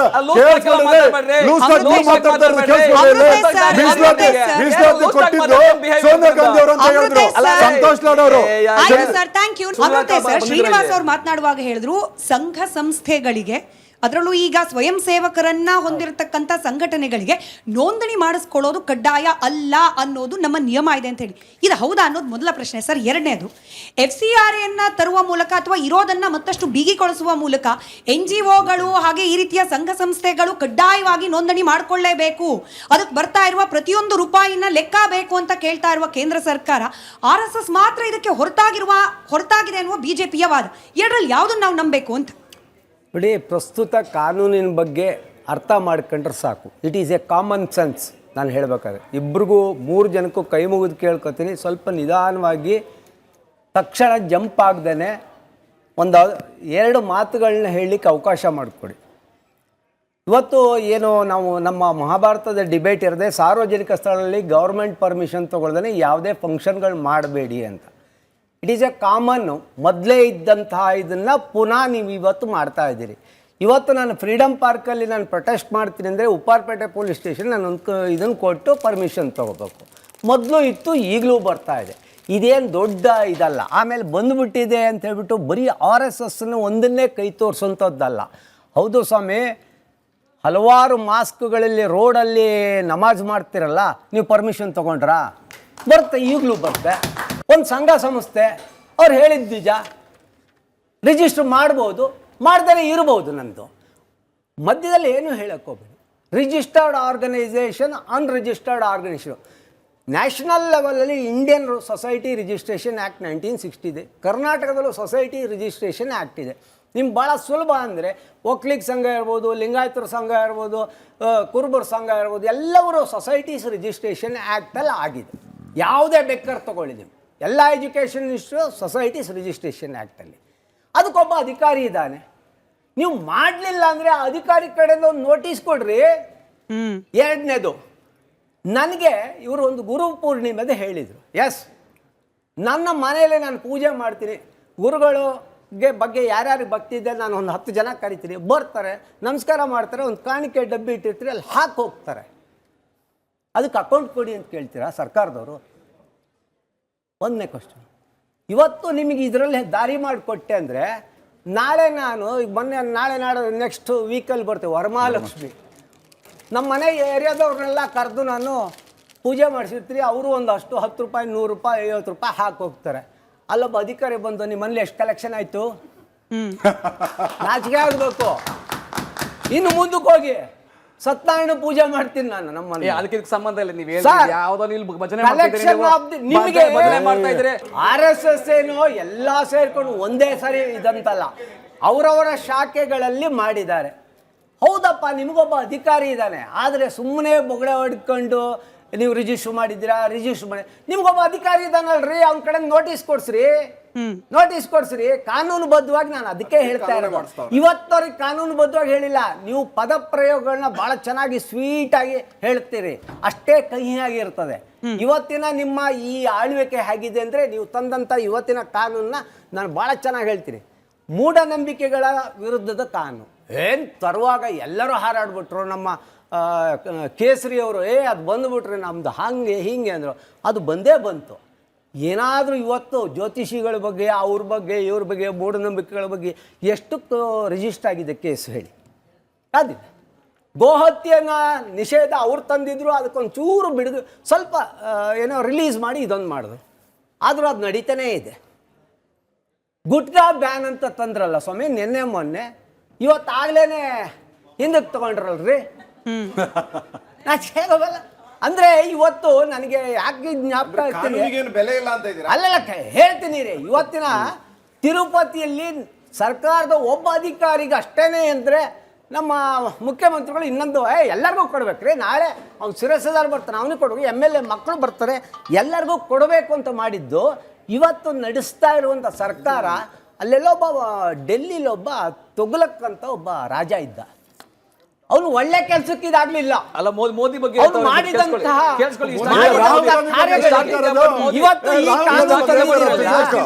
ಇವತ್ತು ಸಾರ್ವಜನಿಕ ಸ್ಥಳಗಳಲ್ಲಿ ಪುನಃ I will come back to that rules. ಸಾರ್ವಜನಿಕ ಇದಕ್ಕೆ ನೀವು ತಂದಿದ್ದೀರಲ್ಲ ಕಾನೂನು, ಏನು ಉಪಯೋಗ ಆಗುತ್ತೆ? ಏನು ಇಲ್ಲ ರೀ, ಅದು ನಥಿಂಗ್. FCRA ಉದಾಹರಣೆ ಕೊಟ್ಟು ಅಮೃತ ಸರ್ಗೆ ಪ್ರಶ್ನೆ ಕೇಳಿದೆ, ಅದನ್ನೇ ಮುಂದುವರಿಸ್ತಾ ಇದ್ದೀನಿ. FCRAನ ರಿವೈಸ್ ಮಾಡ್ತೀವಿ ಅಂತ ಕೇಂದ್ರ ಸರ್ಕಾರ ಹೊರಟಾಗ ವಿಚಾರವಾದಿಗಳು, ಕಾಂಗ್ರೆಸ್ ಪಕ್ಷದವರು ಹೇಳಿದ್ದೇನು ಅಂತಂದ್ರೆ, ಈ ಬಿಲ್ಲನ್ನ ತರುವ ಮೂಲಕ ಅಲ್ಪಸಂಖ್ಯಾತರು ನಡೆಸ್ತಾ ಇರುವ NGOಗಳನ್ನ ಟಾರ್ಗೆಟ್ ಮಾಡ್ತಾ ಇದ್ದಾರೆ ಅಂತ ಹೇಳಿ. ಇಂಥದ್ದೇ ಅನುಮಾನ ಇದೀಗ RSS ಹಾಗೆ RSSನ ಸಿದ್ಧಾಂತವನ್ನ ಅನುಸರಿಸುವವರಿಗೆ ಬರ್ತಾ ಇದೆ. ಈ ಮಸೂದೆಯನ್ನ ತರುವ ಮೂಲಕ, ಕಾಯ್ದೆಯನ್ನ ತರುವ ಮೂಲಕ RSSನ ಹಿಂದೂಪರ ಸಂಘಟನೆಗಳನ್ನ ಬೇಕು ಅಂತ ಟಾರ್ಗೆಟ್ ಮಾಡ್ತಿದ್ದಾರೆ ಅನ್ನುವ ಸೇಮ್ ಲಾಜಿಕ್. FCRA NGOಗಳು ಅಲ್ಪಸಂಖ್ಯಾತರು, ಈ ಮಸೂದೆ RSS ರೈಟ್ ವಿಂಗ್ ಸಂಘಟನೆಗಳು. ನೋಡಿ, ಈ ಒಂದು ಜಂಕ್ಷನಲ್ಲಿ ನಾವು ಇದೊಂದು ಕಾನೂನು ಬರಲಿಕ್ಕೆ ಮೂಲಭೂತವಾಗಿ ಕಾರಣಕರ್ತರಾಗಿರುವಂಥ 3 ಜನರಿಗೆ ಈ ವೇದಿಕೆ ಮೂಲಕ ನಾನು ಅಭಿನಂದನೆ ಸಲ್ಲಿಸ್ತೇನೆ. ಒಂದು ರಾಹುಲ್ ಗಾಂಧಿಯವರು, 2 BK ಹರಿಪ್ರಸಾದ್ ಅವರು, 3ನೇ ನಮ್ಮ ಯುವ ನಾಯಕರಾಗಿರುವಂಥ ಪ್ರಿಯಾಂಕಾ ಖರ್ಗೆ ಅವರು. ಇವರು 3 ಜನ ಕಳೆದ ದಶಕಗಳ ಹೋರಾಟದಿಂದ ಒಂದು ಇಂಥದ್ದೊಂದು ಚರ್ಚೆಗೆ ಮತ್ತು ಇಂಥದ್ದೊಂದು ಸಂಘ ಮತ್ತು ಸಂಘಟನೆಯ ಒಂದು ನೋಂದಾಯಿತ ಮತ್ತು ಅಷ್ಟಲ್ಲದೆ ಒಂದು ಕಾನೂನುಬದ್ಧವಾಗಿ ಅವರೊಂದು ಕೆಲಸ ಮಾಡಬೇಕು ಮತ್ತು ದೇಶದ ಕಾನೂನಿಗೆ ಕೆಲಸ ಮಾಡಬೇಕು, ಕಾನೂನ ಪರವಾಗಿ ಇರಬೇಕು ಹೇಳೋ ನಿಟ್ಟಿನಲ್ಲಿ ಒಂದು ಡಿಸಿಪ್ಲಿನ್ ತರಲಿಕ್ಕೆ ಪ್ರಯತ್ನ ಪಡ್ತಾ ಇದ್ದಾರೆ. ಅವರೆಲ್ಲರಿಗೂ ಸಹಿತ ನಾನು ಕೃತಜ್ಞತೆ ಮತ್ತು ಅಭಿನಂದನೆ ಸಲ್ಲಿಸ್ತೇನೆ. ಯಾವುದೇ ಒಂದು ಜವಾಬ್ದಾರಿಯುತವಾದಂಥ ಸರ್ಕಾರ, ಕಾಂಗ್ರೆಸ್ BJP ಯಾವುದೇ ಇರಲಿ, ಆ ನೆಲದ ಅವರ ನಾಡನ್ನು ಒಂದು ಏನಂತಾರೆ, ಒಂದು ಲಾ ಕಾಪಾಡೋದು, ಏನು ಸುವ್ಯವಸ್ಥೆ, ಕಾನೂನು ಸುವ್ಯವಸ್ಥೆನ ಕಾಪಾಡೋದು ಅವರ ಜವಾಬ್ದಾರಿಯಾಗಿರುತ್ತೆ. ಆ ದೃಷ್ಟಿಯಿಂದ ಒಂದು ಸಿಂಪಲ್ ಕೆಲಸವನ್ನು ಮಾಡಿದ್ದಾರೆ. ನೀವೀಗ ಹೊರಗಡೆ ಎಲ್ಲ ನಮ್ಮ ಸ್ನೇಹಿತರೆಲ್ಲ ಬಂದಿದ್ದಾರೆ, ಕಾರ್ಯಕರ್ತರು ಮತ್ತು ಎಲ್ಲರೂ ಬಂದಿದ್ದಾರೆ. ಬರೋಕ್ಕಿಂತ ಮೊದಲು ಅಲ್ಲೊಂದು ಎಂಟ್ರಿ ಮಾಡಿ ಬಂದಿರ್ತಾರೆ. ಸೊ ಏನಾದರೂ ಸಹಿತ ಅವರು ಸಹಿತ ಅವರಿಗೊಂದು ಐಡೆಂಟಿಟಿ ಇದೆ. So you are running one institution. So ಅದೊಂದು ಕಾಮನ್ ಆದ ಒಂದು ಪ್ರಕ್ರಿಯೆ. ಅಂಥದೇ ಒಂದು ಕೆಲಸವನ್ನ ಇಡೀ ಸರ್ಕಾರ ಎಲ್ಲ ಸಮುದಾಯಗಳಿಗೆ ಜವಾಬ್ದಾರಿ ಹೊತ್ತಿರುವಂಥ ಎಲ್ಲ ಈ ವ್ಯವಸ್ಥೆಗೆ ಜವಾಬ್ದಾರಿ ಹೊತ್ತಿರುವಂಥ ಸರ್ಕಾರ ನೀವು ಏನು ಹೇಳ್ತಾ ಇಲ್ಲ. ಅವ್ರು ಯಾವ ದೊಡ್ಡ ವಿದೇಶಾಂಗ ನೀತಿ ಏನು ಮಾಡ್ತಾ ಇಲ್ಲ. ನೀವು ಮಾಡುತ್ತಾ ಇರುವ ಕೆಲಸಗಳಿಗೆ, ನೀವು ಮಾಡ್ತಾ ಇರುವಂತ ಕಾರ್ಯಕ್ರಮಗಳಿಗೆ ಒಂದು ಪರ್ಮಿಷನ್ ತಗೊಳ್ಳಿ ಅಂತ ಹೇಳ್ತಾ ಇದ್ದಾರೆ, ಅಷ್ಟೇ ಬಿಟ್ರೆ ಅದಕ್ಕೆ ಇಷ್ಟೆಲ್ಲ ದೊಡ್ಡ ಚರ್ಚೆಗಳ ಅಗತ್ಯವೇ ಇಲ್ಲ. It is a very very very very minute thing. It's a basic common sense. So ಇದು ಈ ಮಧ್ಯದಲ್ಲಿ ನಮ್ಮ ಇವರು ಶ್ರೀನಿವಾಸ್ ಅವರು ಮತ್ತು ನಮ್ಮ ವಕೀಲರು ಎಲ್ಲ ಮಾತಾಡ್ತಾ RSS ಬಗ್ಗೆ ತುಂಬ ದೀರ್ಘವಾದ ಚರ್ಚೆ ಮಾಡಿದ್ರು. ಮತ್ತು ತುರ್ತು ಪರಿಸ್ಥಿತಿ ಬಗ್ಗೆ ಮಾತಾಡಿದ್ರು. ಮತ್ತಷ್ಟೇ 3 ಬಾರಿ ಬ್ಯಾನ್ ಆಗಿರುತ್ತಲ್ಲ ಕಾಂಗ್ರೆಸ್ RSS, ಯಾಕೆ ಅದನ್ನು ತೆಗೆದ್ರು ಅಂತ. ಒಂದು ವಿಷಯವನ್ನು ಯಾಕೆ ಕಾಂಗ್ರೆಸ್ ಯಾರು 1948ರಲ್ಲಿ ಗಾಂಧಿ ಹತ್ಯೆ ನಂತರ ನಮ್ಮ ವಲ್ಲಭಾಯ್ ಪಟೇಲರು RSSನ ಬ್ಯಾನ್ ಮಾಡ್ತಾರೆ. ಆ ಬ್ಯಾನನ್ನು ಯಾಕೆ ತೆಗೆದ್ರು ಅಂತ ಅಂದ್ಬಿಟ್ಟು ತುಂಬ ಸುದೀರ್ಘವಾದ ಚರ್ಚೆಗಳಾಗಲಿಲ್ಲ. ಯಾಕೆ ಚರ್ಚೆ ಆಯಿತು ಅಂತಂದರೆ, ಈ ನೆಹರು ಇದಾರಲ್ಲ, Nehru is a very democratic and very one of the fantastic human being.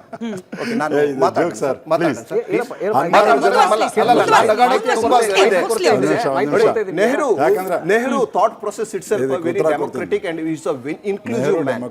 ಹೊರ ದೇಶಗಳಿಂದ ಹೋಗಿ ಬಂದವರು, ಹಿ ವಾಸ್ ಅ ಬ್ಯಾರಿಸ್ಟರ್, ಎಲ್ಲರನ್ನೂ ಒಳಗೊಂಡಿರುವಂತ ದೇಶವನ್ನ ಕಟ್ಟಲಿಕ್ಕೆ ಮುಂದಾಗಿರುವಂತದ್ದು ನೆಹರು. ಆ ಕಾರಣಕ್ಕೋಸ್ಕರ ಅದರಲ್ಲಿ ಚರ್ಚೆ ನಡೆಯುತ್ತೆ. ನೆಹರು ಮತ್ತು ವಲ್ಲಭಾಯ್ ಪಟೇಲ್ ಜೊತೆ ಒಂದು ಚರ್ಚೆ ನಡೆಯುತ್ತೆ. ನೆಹರು ಅವರು ಹೇಳ್ತಾರೆ, ಅವ್ರದ್ದು ಒಂದು ವಾದ ಇದೆ, ಅವ್ರನ್ನ ತಗೊಂಡು ಹೋಗೋಣ ಅಂತ ಅಂದ್ಬಿಟ್ಟು ನೆಹರು ಅವರ ವಾದ ಆಗಿತ್ತು. ಅದು ದೇಶ ಕಟ್ಟುವವರ ಮೆಂಟಾಲಿಟಿ. ಅದು ನನ್ನ ವಾದಕ್ಕೆ ವಿರೋಧವಾಗಿದ್ದವ್ರನ್ನ ಬ್ಯಾನ್ ಮಾಡೋದು ಹಾಕೋದಿದೆಯಲ್ಲ, ಅದು ದೇಶ ಕಟ್ಟುವವರ ಮನಸ್ಥಿತಿ ಅಲ್ಲ. ನೆಹರು ಅವರ ಆ ಮನಸ್ಥಿತಿಯ ಕಾರಣಕ್ಕೋಸ್ಕರ ಮತ್ತು 2 ಬಾರಿ ಕಾಂಗ್ರೆಸ್ ನಡ್ಕೊಳ್ತಾ ಇರೋ ಕಾರಣಕ್ಕೋಸ್ಕರ ಮತ್ತು 2 ಬಾರಿ RSS ಬ್ಯಾನ್ ಆದರೂ ಸಹಿತ ಅದನ್ನ ಬ್ಯಾನನ್ನ ಮೀರಿ ಅವರ ವಿಷಯವನ್ನು ತೆಗೆದುಕೊಂಡು ಹೋಗೋಣ, ಎಲ್ಲರನ್ನ ಒಳಗೊಂಡಿರುವಂತ ದೇಶ ಕಟ್ಟೋಣ ಹೇಳೋ ಕಾರಣಕ್ಕೋಸ್ಕರ RSS ಬ್ಯಾನ್ ಅನ್ನ ತೆಗೆಯಲಾಗಿದೆ. ನೀವೇ ಹೇಳಿದ ಹಾಗೆ ಪ್ರತಿಯೊಂದು ಸಂಘಟನೆ ಕೂಡ ಕಾನೂನನ್ನ ಪಾಲನೆ ಮಾಡಬೇಕಾಗುತ್ತೆ. ನೀವೇನ್ ಕೆಲಸ ಮಾಡ್ತಿದ್ದೀರಿ, ನಿಮ್ ದುಡ್ಡೇನ್ ಬರ್ತಾ ಇದೆ ಅನ್ನೋದ್ರ ಅಕೌಂಟಬಿಲಿಟಿ ತೋರಿಸಬೇಕಾಗುತ್ತೆ. ಇದನ್ನೇ FCRA ಮೂಲಕ, ನಾನು ಮತ್ತೆ ರಿಪೀಟ್ ಮಾಡ್ತಿದ್ದೀನಿ ಸರ್, ಇದನ್ನೇ FCRA ಮೂಲಕ ತರುವ ಪ್ರಯತ್ನ ಮಾಡಿದಾಗ ಅಲ್ಪಸಂಖ್ಯಾತ ವಿರೋಧಿ ಅಂತ ಹೇಳಿ ಚಿಂತಕರು, ಸೋಕಾಲ್ಡ್ ಪ್ರಗತಿಪರರು ಅತ್ತಿದ್ಯಾಕೆ? ಕಾಂಗ್ರೆಸ್ ಪಕ್ಷ ಇದೊಂದು ಮೈನಾರಿಟಿಯನ್ನ ತುಳಿಲಿಕ್ಕೆ ಮಾಡ್ತಾ ಇರುವ ಕಾನೂನು ಅಂತ ಹೇಳಿ ಹೋರಾಟ ಮಾಡಿದ್ಯಾಕೆ? RSS ಗೆ ಅಪ್ಲೈ ಆಗಬಹುದು ಅಂತಂದ್ರೆ FCRA ಮೂಲಕ NGOಗಳು ಕೂಡ ಅಪ್ಲೈ ಆಗಬೇಕು. FCRAಗೆ ಸಪರೇಟ್ ಆದ ಚರ್ಚೆ ಮಾಡೋಣ.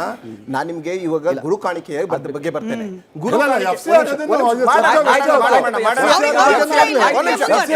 FCRAಗೆ ಅವ್ರು ದೇ ವಿಲ್ ಬಿ ಅಕೌಂಟೇಬಲ್. ಗುರು ಕಾಣಿಕೆ ಇದೊಂದು ದೊಡ್ಡ ಮನಿ ಲಾಂಡ್ರಿಂಗ್ ಇಶ್ಯೂ. ಇದೊಂದು ಒಂದು ಸಂಸ್ಥೆ ಅನ್ಆರ್ಗನೈಸ್ಡ್ ಎಷ್ಟು ಬೇಕಾದ್ರೂ ದುಡ್ಡು ತಗೊಂಡು ಹಣದ ಕ್ಯಾಶ್ ಹಣದಲ್ಲಿ ಅದನ್ನ ಏನ್ ಬೇಕಾದ್ರೂ ಮಾಡ್ಬೋದಂತೆ. ಗುರು ಕಾಣಿಕೆ, ನೀವು ಒಂದು ಸಂಸ್ಥೆ ಅಥವಾ ಒಂದು 4 ಜನರದ ಒಕ್ಕೂಟ, ನೀವು ಗುರು ಕಾಣಿಕೆಯನ್ನ ನಾವು ಬೇಕಾದವ್ರ ಹತ್ರ ಹಣ ತಗೊಂಡು ಕೋಟ್ಯಾಂತರ ರೂಪಾಯಿ, 1-2 ರೂಪಾಯಿ ಅಲ್ಲ, ಇವರು ಹೇಳಿಕೊಳ್ಳುವ ಇವರೊಂದು ಹಿಂದೂ ಸಂಘಟನೆ ಅಂತ ಹೇಳ್ಕೊಳ್ತಾರೆ. ನನಗನ್ಸಲ್ಲ ಇದು ಹಿಂದೂ ಸಂಘಟನೆ ಅಲ್ಲ, ಒಂದು ಜಾತಿಗೆ ಸಂಬಂಧಪಟ್ಟಂತ ಸಂಘಟನೆ ಇದು. ನೋಡಿ, ಮತ್ತೆ RSS ಒಂದು ಜಾತಿಗೆ ಪಟ್ಟಂತ ಸಂಘಟನೆ. ಅದು ಆ ಜಾತಿ ಬ್ರಾಹ್ಮಣ ಜಾತಿಗೆ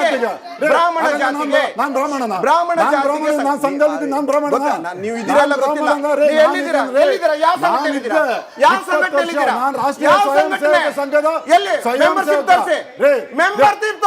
ಕಾಂಗ್ರೆಸ್ ಮೆಂಬರ್ಶಿಪ್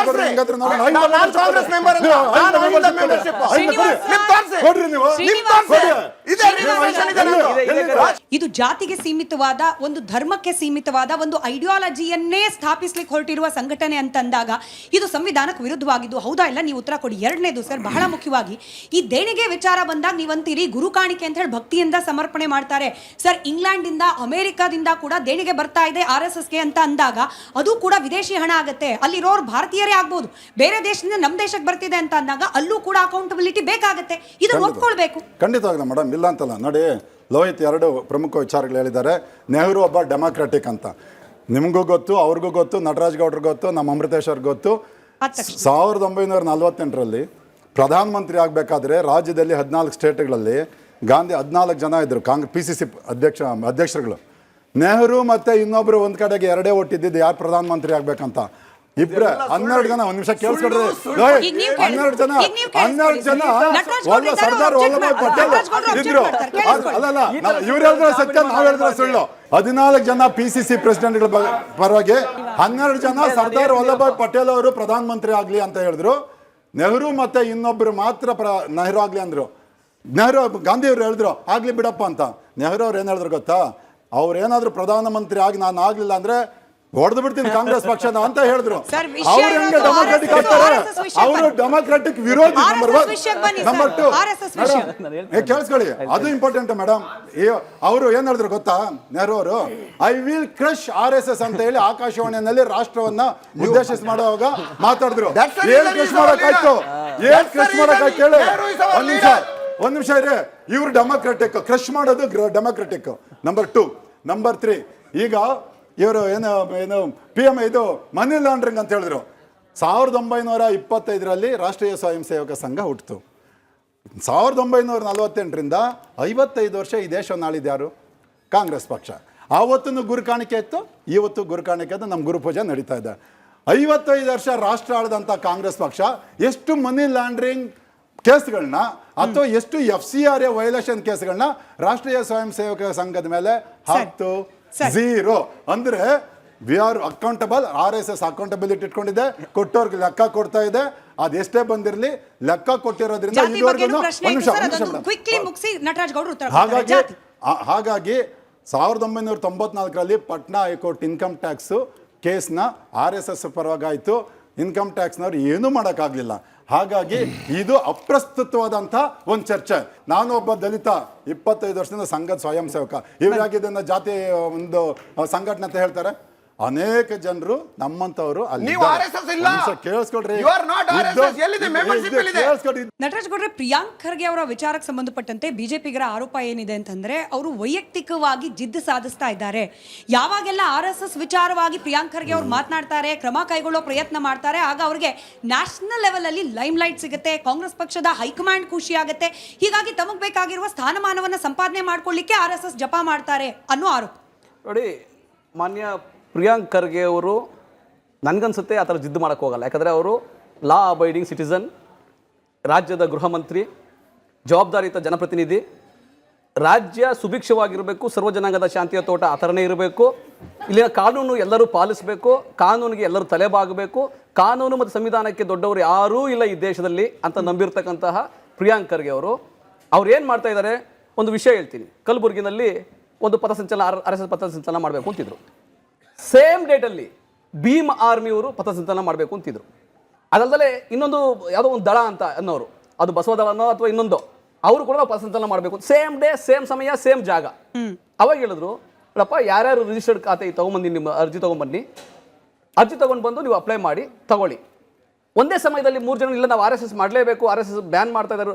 RSS ಬ್ಯಾನ್ ಮಾಡೋಕ್ಕೆ ಸಾಧ್ಯ ಆಗೋದಿಲ್ಲ. ಅದೇನು ಇದೇ ಇಲ್ಲ ಅಂತ. ಇವಾಗ ಯಾರು ನೋಂದಣಿಯಾಗಿ ಕಚೇರಿ ಇದ್ರೆ ಕಚೇರಿಗೆ ಹೋಗಿ ಬೀಗ ಹಾಕ್ಬೋದು. ನೋಂದಣಿ ಆಗದಲ್ಲೇ ಬೇರೆಯವರ ಹೆಸರಲ್ಲಿ ಪ್ಯಾರಾಸೈಟ್ಗಳ ತರ ಮಾಡೋದವ್ರನ್ನ ಯಾವ ರೀತಿ ಹೋಗಿ ಬೀಗ ಅದು ವ್ಯಕ್ತಿಗಳ ಕಚೇರಿ ಅದಕ್ಕೆ ಹೇಳ್ತಿದ್ದೀನಿ ಶ್ರೀನಿವಾಸ್. ಹಾಗಾಗಿ ಮಾನ್ಯ ಪ್ರಿಯಾಂಕ್ ಖರ್ಗೆ ಅವರು ಇಡೀ ದೇಶದಲ್ಲಿ ಲೈಮ್ ಲೈಟ್ ತಗೊಂತಾರೆ. ಹೌದು, ಯಾರು ಕಾನೂನಿಗೆ ಸಂವಿಧಾನ ಗೌರವ ಕೊಡ್ತಾರೆ ಅವರೆಲ್ಲರೂ ಅವ್ರನ್ನ ಅಪ್ರಿಷಿಯೇಟ್ ಮಾಡ್ತಾರೆ. ಹಾಗಾಗಿ ಇಡೀ ದೇಶದಲ್ಲಿ ಅವ್ರಿಗೆ ಒಂದು ಒಳ್ಳೆಯ ಹೆಸರು ಬರ್ತಾ ಇದೆ. ಸಂತೋಷ ಇದೆ, ನಮ್ಗೆ ಅದು ಸಂತೋಷ ಇದೆ. ಆದರೆ ಇವತ್ತು ಕಾನೂನನ್ನು ಪಾಲಿಸದೇ ಇರತಕ್ಕಂಥವ್ರು ಯಾರು? ಸಾರ್ವಜನಿಕ ಆಸ್ತಿಗಳಲ್ಲಿ, ಸಾರ್ವಜನಿಕ ಜಾಗಗಳಲ್ಲಿ, ಅದು ಉದ್ಯಾನವನ ಆಗ್ಬೋದು, ಶಾಲಾ ಕಾಲೇಜು ಆವರಣ ಆಗ್ಬೋದು, RSSನ ಅಜೆಂಡಾಗಳಿಗೆ ಯಾರು ಅದೊಂದು ದುರುಪಯೋಗ ಮಾಡ್ಕೋತಾ ಇರೋದು ಯಾರು? ಮಕ್ಕಳಿಗೆ RSSನ ತರಬೇತಿ ಕೊಡುವಂತ ಹೋಗುವಂಥವ್ರು ಯಾರು? ಅವ್ರು ಯಾವ್ದು ಸಂವಿಧಾನವನ್ನ ತಲೆ ಮೇಲೆ ಇಟ್ಕೊಂಡು ಹೋಗ್ತಾ ಇದ್ದಾರಾ? ಸಂವಿಧಾನ ತಲೆ ಮೇಲೆ ಇಟ್ಕೊಂಡು ಹೋಗ್ತಾ ಇಲ್ಲ. ಮಹಾತ್ಮ ಗಾಂಧಿಯನ್ನು ಅಂಬೇಡ್ಕರ್ ತಲೆ ಮೇಲೆ ಇಟ್ಕೊಂಡು ಹೋಗ್ತಾ ಇದ್ದಾರಾ? ಇಲ್ಲ, ಅವ್ರು ಇಟ್ಕೊಂಡು ಹೋಗ್ತಾ ಇಲ್ಲ. ಹಾಗಾಗಿ ವಿಭಜಕ ಶಕ್ತಿಗಳು ಯಾವ ರೀತಿಯಾಗಿ ಡಿವೈಡ್ ಅಂಡ್ ರೂಲ್ ಮಾಡ್ತಾ ಇದ್ದಾವೆ, ಆ ರೀತಿ ಆಗಬಾರದು ಅಂತ ಹೇಳಿ ಯಾವುದೇ ರೀತಿಯ ಸಂಘ ಸಂಸ್ಥೆ ಆಗಲಿ, ಯಾವುದೇ ಒಬ್ಬ ಇಂಡಿವಿಜುವಲ್ ವ್ಯಕ್ತಿ ಆಗಲಿ, ಬರ್ತ್ ಸರ್ಟಿಫಿಕೇಟ್ ಇರ್ತದೆ, ಬರ್ತ್ ಇರ್ತದೆ, ಡೆತ್ ಸರ್ಟಿಫಿಕೇಟ್, ಡೆತ್ ಆದವ್ರು ಡೆತ್ ಸರ್ಟಿಫಿಕೇಟ್ ಇರ್ತದೆ. ಒಂದು ಸರ್ಟಿಫಿಕೇಟ್ ಇಲ್ಲ, ಒಂದು ನೋಂದಣಿ ಮಾಡ್ಕೊಳ್ಳಲ್ಲ, ಒಂದು ಹೊಣೆಗಾರಿಕೆ ಇಲ್ಲ ಅಂತ ಹೇಳಿದ್ರೆ ಆ ಸಂಘಟನೆಗೆ ಪ್ರಶ್ನೆ ಕೇಳ್ತಾರೆ. ಆಮೇಲೆ ನಮ್ಮ ಶ್ರೀನಿವಾಸ್ ಅವರು ಒಂದು ಪ್ರಶ್ನೆ ಹೇಳಿದ್ರು, ಏನೋ ಒಂದು ಹೇಳಿದ್ರು. ನೆಹರೂರವರು 1948 ಆಂತರಿಕ ಚುನಾವಣೆ ಆಯಿತು. ಅವಾಗ ಪಟೇಲ್ ಅವರು ಪ್ರಧಾನಮಂತ್ರಿ ಆಗಲಿಂತ ಇಲ್ಲ, ಸುಳ್ಳದು. ಯಾಕಂದ್ರೆ ಸೆಪ್ಟೆಂಬರ್ 2, 1946 ಅವರು ಇಂಟರಿಮ್ ಪ್ರೈಮ್ ಮಿನಿಸ್ಟರ್ ಆದದ್ದು ನೆಹರೂರವರು ಆ ಮಾಹಿತಿ ವಾಟ್ಸ್ಆಪ್ ಅಲ್ಲಿ ಕಳ್ಸಕ್ ಸಾಧ್ಯ ಆಗಿಲ್ಲ ನಮಗೆ. ಪ್ರಿಯಾಂಕ್ ಖರ್ಗೆ ಅವ್ರ ವಿಚಾರಕ್ಕೆ ಬರ್ತಾ ನಟರಾಜ್ ಗೌಡ್ರೆ ಪ್ರಶ್ನೆ ಇರೋದೇನಂತಂದ್ರೆ ನೀವೇ ಚಿತ್ತಾಪುರದ ಉದಾಹರಣೆ ಕೊಟ್ರಿ, ಹಾಗ ಕೇಳ್ತಿದ್ದೀನಿ. ಆಯ್ತು, ಚಿತ್ತಾಪುರದಲ್ಲಿ ಪಥಸಂಚಲನವನ್ನ ತಡೆಯೋ ಪ್ರಯತ್ನ ಮಾಡಿದ್ರು ಪ್ರಿಯಾಂಕ್ ಖರ್ಗೆ ಅವರು ಅನ್ನೋ ಆರೋಪ ಏನಾಯ್ತು ಕಡೆಗೆ? ಕಾನೂನಿನ ಮೂಲಕವೇ ಪಥಸಂಚಲನಕ್ಕೆ ಪರ್ಮಿಷನ್ ತಗೊಂಡ್ಬಂದ್ರು. ಪೂರ್ತಿ ಪ್ರಶ್ನೆ ಕೇಳಿಸ್ಕೊಂಡ್ಬಿಡಿ. ಅಲ್ಲಿಗೆ ಚಿತ್ತಾಪುರದಲ್ಲಾದ, ಇದು ಸಾಮಾಜಿಕ ಜಾಲತಾಣ, ಐ ಡೋಂಟ್ ನೋ ಸರ್ ನೀವು ಎಷ್ಟು ಫಾಲೋ ಮಾಡ್ತೀರಿ, ಚಿತ್ತಾಪುರದಲ್ಲಾದ ಅಪಮಾನಕ್ಕೆ ಸೇಡ್ ತೀರ್ಸ್ಕೊಳ್ಳೋ ಸಲುವಾಗೇನೆ ಇದೀಗ ಗೃಹ ಸಚಿವರಾಗಿರುವ ಪ್ರಿಯಾಂಕ್ ಖರ್ಗೆ ಅವರು ಜಿದ್ದಿಗೆ ಬಿದ್ದಿದ್ದಾರೆ. ಈ ಮಸೂದೆ ಮಂಡನೆ ಮಾಡಲೇಬೇಕು ಅನ್ನೋ ಹಠಕ್ಕೆ ಬಿದ್ದಿದ್ದಾರೆ. ಇದು ಡಿ ಕೆ ಶಿವಕುಮಾರ್ ಅವರಿಗೆ ಇಷ್ಟ ಇಲ್ಲ. ಹೀಗಾಗೇನೆ ಸಚಿವ ಸಂಪುಟ ಸಭೆಯಲ್ಲಿ ವಿಶೇಷವಾಗಿ ಹೇಳಿದಾರಂತೆ ಡಿ ಕೆ ಶಿವಕುಮಾರ್ ಅವರು, RSS ಅನ್ನ ಪದ ಬಳಸಬೇಡ್ರಪ್ಪ ಅಂತ ಹೇಳಿ. ಹೌದಾ ಇದು? ನೋಡಿ, ಈಗ ಚಿತ್ತಾಪುರದಲ್ಲಿ ಅವತ್ತು ಕಾನೂನಿಗೆ ಜಯ ಆಯಿತು. ಚಿತ್ತಾಪುರದಲ್ಲಿ ಅವತ್ತು ಕಾನೂನಿಗೆ ಯಾವ ರೀತಿ ಜಯ ಆಯ್ತು ಅಂದ್ರೆ, ಯಾರು ಸಂಘಟನೆ ಇದು ಮಾಡ್ತಾ ಇರ್ತಕ್ಕಂಥ ಪಥಸಂಚಲನ ಮಾಡ್ತಾ ಇರ್ತಕ್ಕಂಥದ್ದು ಯಾರು ಸಂಘಟಕರು, ಯಾರ್ಯಾರು ಭಾಗವಹಿಸ್ತೀರಿ ಲಿಖಿತವಾಗಿ ಕೊಡಿ ಅಂತ ಹೇಳಿದೆ. ಕೋರ್ಟ್ ಕೂಡ ಹೇಳಿದೆ ಲಿಖಿತವಾಗಿ ಕೊಟ್ಟು ಪರ್ಮಿಷನ್ ತಗೊಂಡು ಮಾಡಿ ಅಂತ ಹೇಳಿದೆ. ನಾವು ಅದನ್ನೇ ಹೇಳ್ತೀವಿ, ಮುಂಚೆಯಿಂದನೂ ಹೇಳಿದ್ದು ಅದೇನೆ. ಹಾಗಾಗಿ ಅವತ್ತು ಪ್ರಿಯಾಂಕ್ ಖರ್ಗೆಗೆ ಅವತ್ತು ಜಯ ಆಯ್ತು. ಇವತ್ತು ಕೂಡ ಕಾನೂನು ಮಾಡ್ತಾ ಇರೋದು ಕೇವಲ RSS ನ ಬಿಜೆಪಿ ಟಾರ್ಗೆಟ್ ಮಾಡ್ಕೊಂಡಲ್ಲ. ಯಾವುದೇ ಸಂಘಟನೆ ಇರಲಿ, ಯಾವುದೇ, ಈಗ RSS 52 ಸಂಘಟನೆಗಳಿದಾವೆ, ಟ್ರಸ್ಟ್ ಅಂತ ರಿಜಿಸ್ಟರ್ ಮಾಡ್ಕೊಂಡಿರೋ 52 ಸಂಘಟನೆಗಳಿದಾವೆ, ಸೊಸೈಟಿ ಮಾಡ್ಕೊಂಡಿರೋ. ಅವುಗಳ ಮುಖಾಂತರ ಇವರೇನು RSS ಅವ್ರನ್ನ ಅಜೆಂಡಾಗಳನ್ನ ಇಂಪ್ಲಿಮೆಂಟ್ ಮಾಡಕ್ ಬಿಡ್ತಾರೆ. ಅವರು ಏನಾದರೂ ಕಾರ್ಯಕ್ರಮ ಮಾಡಬೇಕಾದ್ರೆ ಅನುಮತಿ ಪಡ್ಕೋಬೇಕು. ಅದಲ್ಲದೆ ಯಾವುದೇ ರಾಜಕಾರಣದ ಪಕ್ಷ ಆಗಲಿ, ಯಾವುದೇ ಸಂಘ ಸಂಘಟನೆ ಆಗಲಿ, ಅಥವಾ ಜನರ ಒಂದು ಗುಂಪಾಗಲಿ ಕಾರ್ಯಕ್ರಮ ಮಾಡಬೇಕಾದ್ರೆ ಸಾರ್ವಜನಿಕ ಜಾಗದಲ್ಲಿ ಸಾರ್ವಜನಿಕ ತೊಂದರೆ ಆಗಬಾರದು. ಒಂದು ಕಾನೂನು ಇರಬೇಕು, ಒಂದು ಶಿಸ್ತಿರಬೇಕು. ಅದಕ್ಕಾಗಿ ಈ ಕಾನೂನನ್ನು ತಗೊಂಡ್ಬರ್ತಾ ಇದ್ದಾರೆ. ಇದು ಸ್ವಾಗತ ಮಾಡುವಂತ ವಿಷಯ. ಕುಂಬಳಕಾಯಿ ಕಳ್ಳ ಅಂದ್ರೆ ಎಗ್ಲು ಮುಟ್ಕೊಳ್ಳುವಂತ ಅಗತ್ಯ RSS ಬಿಜೆಪಿ ಇಲ್ಲ. ಶ್ರೀನಿವಾಸ್ ಸರ್, ಇದೇ ಪ್ರಶ್ನೆ. ಈಗ ಬರ್ತಾ ಇರುವ ಮಸೂದೆಯಲ್ಲಿ ಏನಿದೆ ಅನ್ನೋದ್ರ ಬಗ್ಗೆ ಹೆಚ್ಚಿನ ಮಾಹಿತಿ ಇನ್ನು ಪಬ್ಲಿಕ್ ಡೊಮೈನ್ ಅಲ್ಲಿ ಇಲ್ಲ. ಅದನ್ನ ಮಂಡಿಸಲಾಗುತ್ತೆ, ಸದನ ಸಂದರ್ಭದಲ್ಲಿ ಚರ್ಚೆ ಕೂಡ ಒಳಪಡಿಸಲಾಗುತ್ತೆ. ಸರ್ಕಾರ ಈಗ ಹೇಳ್ತಿರೋ ಪ್ರಕಾರ ಎಲ್ಲೂ RSS ಅಂತ ಸ್ಪೆಸಿಫಿಕ್ ಇಲ್ಲ, ಆ ಉದ್ದೇಶನೂ ಸರ್ಕಾರಕ್ಕಿಲ್ಲ. ಯಾಕೆ ಪದೇ ಪದೇ ವಿಕ್ಟಿಮ್ ಕಾರ್ಡ್ ಪ್ಲೇ ಮಾಡೋದು? ಇದು RSS ವಿರುದ್ಧವಾಗಿ, RSS ಟಾರ್ಗೆಟ್ ಮಾಡ್ಕೊಂಡೆ ನಮ್ಮ ವಿರುದ್ಧವಾಗಿ ಮಾಡ್ತಿದ್ದಾರೆ ಅನ್ನೋ ವಿಕ್ಟಿಮ್ ಕಾರ್ಡು ಯಾಕೆ ಪ್ಲೇ ಮಾಡೋದು ಅಂತ? ಮೇಡಮ್, ನಾನು ಓಪನಿಂಗ್ ಟಾಕಲ್ಲೇ ಹೇಳಿದೆ, ಯಾವುದೇ ಚುನಾಯಿತ ಸರ್ಕಾರ ಕಾನೂನು ಮಾಡಿದಾಗ ಜನಪರವಾಗಿರಬೇಕು ಅಂತ ಇದ್ರೆ ನಾವು ಸ್ವಾಗತ ಮಾಡ್ತೀವಿ. ನಾವೇನು ಕಾನೂನಿಗೆ ಅತಿಥರಲ್ಲ. ಇವತ್ತನ್ನು ನಟರಾಜ್ ಗೌಡರಿಗೆ ಪಾಪ ಅವ್ರ ಮಾಹಿತಿಗೆ ಹೇಳ್ತೀನಿ, ಯಾವುದೇ ಒಂದು ಪಥಸಂಚಲನ ನಡೆದಾಗ ಆ ಪೊಲೀಸ್ ಸ್ಟೇಷನ್ಗೆ ಹೋಗಿ ನಾವು ಇಲ್ಲಿಂದ ಶುರು ಮಾಡಿ ಇಷ್ಟೊಂದು ಜನ ಇಲ್ಲಿವರೆಗೂ ಹೋಗ್ತೀವಿ ಅಂತ ಹೇಳಿ ಪತ್ರ ಕೊಟ್ಟು ಪರ್ಮಿಷನ್ ತಗೊಂಡೆ ಮಾಡೋದು. ಪಾಪ ಇವ್ರು ಅವಾಗಿಂದ ನನಗೆ ವಾಟ್ಸಪ್ ಯೂನಿವರ್ಸಿಟಿ ಅಂದರೆ ಫಸ್ಟ್ ಅವ್ರು ತಿಳ್ಕೊಬೇಕು, ನಂಬರ್ 1. ನಂಬರ್ 2, ಈ ಕಾನೂನು ಏನು ಹೊರಟಿದೆಯಲ್ಲ ಮೇಡಮ್, ಇವರು ಯಾರು ಪ್ರಿಯಾಂಕ್ ಖರ್ಗೆ ಅವ್ರ ಟ್ರ್ಯಾಕ್ ರೆಕಾರ್ಡು ನೋಡಿದ್ರೆ ಅವರು ಇದನ್ನು ಅವರು ಲೋಹಿತ್ ಅವ್ರು ಆವಾಗಲೇ ಹೇಳಿದ್ರು, ಹೌದು RSS ವಿರುದ್ಧವಾಗಿ ಇದನ್ನು ತೊಗೊಂಡು ಬರ್ತಾ ಇರೋದಂತ. ಎಂಥ ಕಾನೂನು ತೊಗೊಂಡು ಬರಲಿ ಮೇಡಮ್, ಕಾನೂನು ಏನು ಅದೇ ಫೈನಲ್ ಅಲ್ಲ. ನಮ್ಮ ವಿರುದ್ಧ ಆಗಿದ್ರೆ ನಾವು ಕೋರ್ಟ್ಗೆ ಹೋಗ್ತೀವಿ. ನಮಗೆ ಇಷ್ಟ ಇಲ್ಲ ಅಂದ್ರೆ ಒಂದು ನಿಮಿಷ, ಕಾನೂನು ನಮ್ಮ ಪರವಾಗಿಲ್ಲ ಅಂದರೆ ತೊಂದರೆ ಕೊಟ್ಟರೆ ನಾವು ಕೋರ್ಟ್ಗಿದೆ, ಕಾನೂನು ಹೋರಾಟ ನಾವು ಇದ್ದೇ ಇದೆ. ನಾನು ಹೇಳೋದು, ನೀವು ಟಾರ್ಗೆಟ್ ಮಾಡಿದ್ರೆ ಯಾವುದಾದ್ರೂ ಒಂದು ಸಂಘನ ಅಥವಾ ಸಂಘ ಪರಿವಾರನ ಟಾರ್ಗೆಟ್ ಮಾಡಿದ್ರೆ ನಾನೇನೋ ಒಂದು ಕಾರ್ಯಕ್ರಮ ಮಾಡಿ ಒಂದು ಪಥಸಂಚಲನ ಮಾಡಬೇಕು. ಇದರಲ್ಲಿ ಕ್ಲಾರಿಟಿ ಏನಿಲ್ಲ ಅಂದರೆ ಒಂದು ಅರ್ಜಿ ಕೊಡ್ತೀನಿ ನಾಳೆ ಯಾವುದೋ ಒಂದು ಕನ್ಸರ್ನ್ಡ್ ಸಕ್ಷಮ ಪ್ರಾಧಿಕಾರಕ್ಕೆ. ಅವರು ನನ್ನನ್ನು ಹೋಲ್ಡ್ ಮಾಡಿಬಿಡ್ತಾರೆ. ನನಗೆ RSS ನಮ್ಮ ವಿರೋಧಿ ಅಂತ ಸರ್ಕಾರ ಭಾವಿಸಿದ್ರೆ, ಪ್ರಿಯಾಂಕ್ ಖರ್ಗೆ ಅವರು ಆಲ್ರೆಡಿ ಭಾವಿಸಿದ್ದಾರೆ, ಕೊಟ್ಟಿಲ್ಲ. ನಾನು ಏನು ಮಾಡಬೇಕು? ಅದಕ್ಕೆ ಒಂದು ಟೈಮ್ ಕೊಡಲಿ, 24 ಗಂಟೆ ಒಳಗಡೆ ನಾವು ಕೊಡ್ತೀವಿ ಅಂತ ಹೇಳಿ. ಕೊಡಲಿಲ್ಲ ಅನ್ನೋ ಕಾರಣಕ್ಕೆ ಕೊಡಲಿಲ್ಲ ಅಂತ ಹೇಳಿದ್ರೆ ಅದಕ್ಕೆ ಯಾವ ಕಾರಣಕ್ಕೆ ಕೊಡೋದಿಲ್ಲ ಅಂತ ಹೇಳಿ ಒಂದು ಎಂಡರ್ಸ್ಮೆಂಟ್ ಕೊಡಲಿ. ಆಗ ಅಕಸ್ಮಾತ್ ಒಂದು ಎಂಡರ್ಸ್ಮೆಂಟ್ ಕೊಟ್ಟಾಗ ನಾನು ಎಲ್ಲ ಒಂದು ಪ್ರಶ್ನೆ ಮಾಡಬೇಕಲ್ಲ. ನಾನು ಹೈಕೋರ್ಟ್ ಬರೋಕ್ಕಾಗಲ್ಲ, ನಾನು ತಾಲೂಕಲ್ಲಿ ಒಂದು ವಿಶೇಷ ಕೋರ್ಟ್ ಮಾಡಲಿ, ಒಂದು ವಾರದಲ್ಲಿ ಅದು ನಿಶ್ಚಯ ಆಗಬೇಕು, ಇದು ಸರಿ ತಪ್ಪು ಕೊಡಬೇಕು ಬೇಡ ಅಂತೇಳಿ. ಆ ರೀತಿ ಅಂತ ಒಂದು ಈಸಿಯಾಗಿ ಬರತಕ್ಕಂಥ ಸಿಗುವಂತಹ ಕೆಲಸಗಳನ್ನ ಅವರು ಆ ರೀತಿ ನೀತಿ ನಿಯಮಗಳನ್ನು ರೂಪಿಸ್ಲಿ ಅಂತ ಇದೆ. ಈ ಕಾನೂನು ತರಬಾರ್ದು, ಇದು ಬಂದ್ಬಿಟ್ರೆ ನಮ್ಗೇನೋ ತೊಂದರೆ ಅಂತ ನಮ್ಗೆ ಖಂಡಿತವಾಗ್ಲಿಲ್ಲ. ಬರಲಿ, ನಮ್ಮನ್ನೇನಾದ್ರೂ ಟಾರ್ಗೆಟ್ ಮಾಡಿದ್ರೆ ಈ ದೇಶದಲ್ಲಿ ಬಾಬಾ ಸಾಹೇಬ್ ಅಂಬೇಡ್ಕರ್ ಬರ್ದೇ ಅಂತ ಕಾನೂನು ಇದೆ, ನಾವು ಅಲ್ಲಿ ಹೋಗ್ತೀವಿ. ನಾವು ಬರಬಾರ್ದು ಅಂತ ನಾವೆಲ್ಲ ಹೇಳಿದ್ವಿ. ಈಗ ಬರ್ಲಿ ಮೇಡಮ್, ಎಲ್ಲ ಬರ್ಲಿ, ಆದ್ರೆ ಇವ್ರು ಟಾರ್ಗೆಟ್ ಮಾಡ್ತಾ ಇದಾರಲ್ಲ, ಇವ್ರು ನಿಯಂತ್ರಿಸಬೇಕು ಅಂತ ಹೇಳಿ ಆ ರೀತಿ ಪೂರ್ವಾಗ್ರಹ ಇಟ್ಕೊಂಡು ಮಾಡತಕ್ಕಂಥ ಕಾನೂನುಗಳು ತಪ್ಪು ಅಂತ ನಾನು ಹೇಳೋದು. ಆದ್ರೆ ನೀವು, ನಾನು ಅವಾಗಲೇ ಹೇಳಿದೆ, ಸರ್ವವ್ಯಾಪಿಯಾಗಿರ್ಬೇಕು, ಸರ್ವ ಸ್ಪರ್ಶಿಯಾಗಿರ್ಬೇಕು ಯಾವುದೇ ಒಂದು ಕಾನೂನು. ಎಲ್ರಿಗೂ ಸಮಾನಾಂತರವಾಗಿರ್ಬೇಕು. ಇಲ್ಲ ಈ ಕಾನೂನು ತರೋದೇನೆ RSS ನ. ಈಗ ಮೊನ್ನೆ ನಾನು ಹೇಳ್ತೀವಿ ಉದಾಹರಣೆಗೆ, ಈಗ ಒಂದು 10-15 ದಿನದಲ್ಲಿ ಸನ್ಮಾನ್ಯ ಪ್ರಿಯಾಂಕ್ ಖರ್ಗೆ ಅವರು ಹೇಳ್ತಾ ಇದ್ರಲ್ಲ, ನಮ್ಮ ಗೌಡ್ರು ಕ್ಯಾಪಿಟಲ್ ಹೋಟ್ಲಲ್ಲಿ ಒಂದು ಮೀಟಿಂಗ್ ಕರೆದಿದ್ರು. ಎಲ್ಲ ದಲಿತ ಸಂಘಟನೆಗಳ, ಅವ್ರು ಇದೀ ಜೀವಮಾನದಲ್ಲಿ ದಲಿತ ಸಂಘಟನೆಗಳನ್ನ ಯಾರನ್ನು ಮುಟ್ಲಿಲ್ಲ, ಕರೆದಿಲ್ಲ. ಮೊದಲನೇ ಬಾರಿಗೆ ಒಂದು ದಲಿತ ಸಂಘಟನೆಗಳ ಮೀಟಿಂಗ್ ಕರೆದು ಅಲ್ಲೊಂದು ಹೇಳಿದ್ರು, ನೋಡ್ರಪ್ಪ, ನನಗೆ ಹೋಮ್ ಡಿಪಾರ್ಟ್ಮೆಂಟ್ ಸಿಕ್ಕಿದೆ, ಗೃಹ ಖಾತೆ ಸಿಕ್ಕಿದೆ, ನೀವೆಲ್ಲ ದಯವಿಟ್ಟು ನಂಗೆ ಸಾಥ್ ಕೊಡಿ, ನಾನು ಎಲ್ರನ್ನೂ ಮಟ್ಟ ಹಾಕ್ತೀನಿ ಅಂತ ಹೇಳಿ. ಇದೇ ಶಬ್ದ, ಎಲ್ರನ್ನೂ ಮಟ್ಟ ಹಾಕ್ತೀನಿ ಅಂದ್ರೆ ಯಾರು ಮಟ್ಟ ಹಾಕ್ತಾರೆ?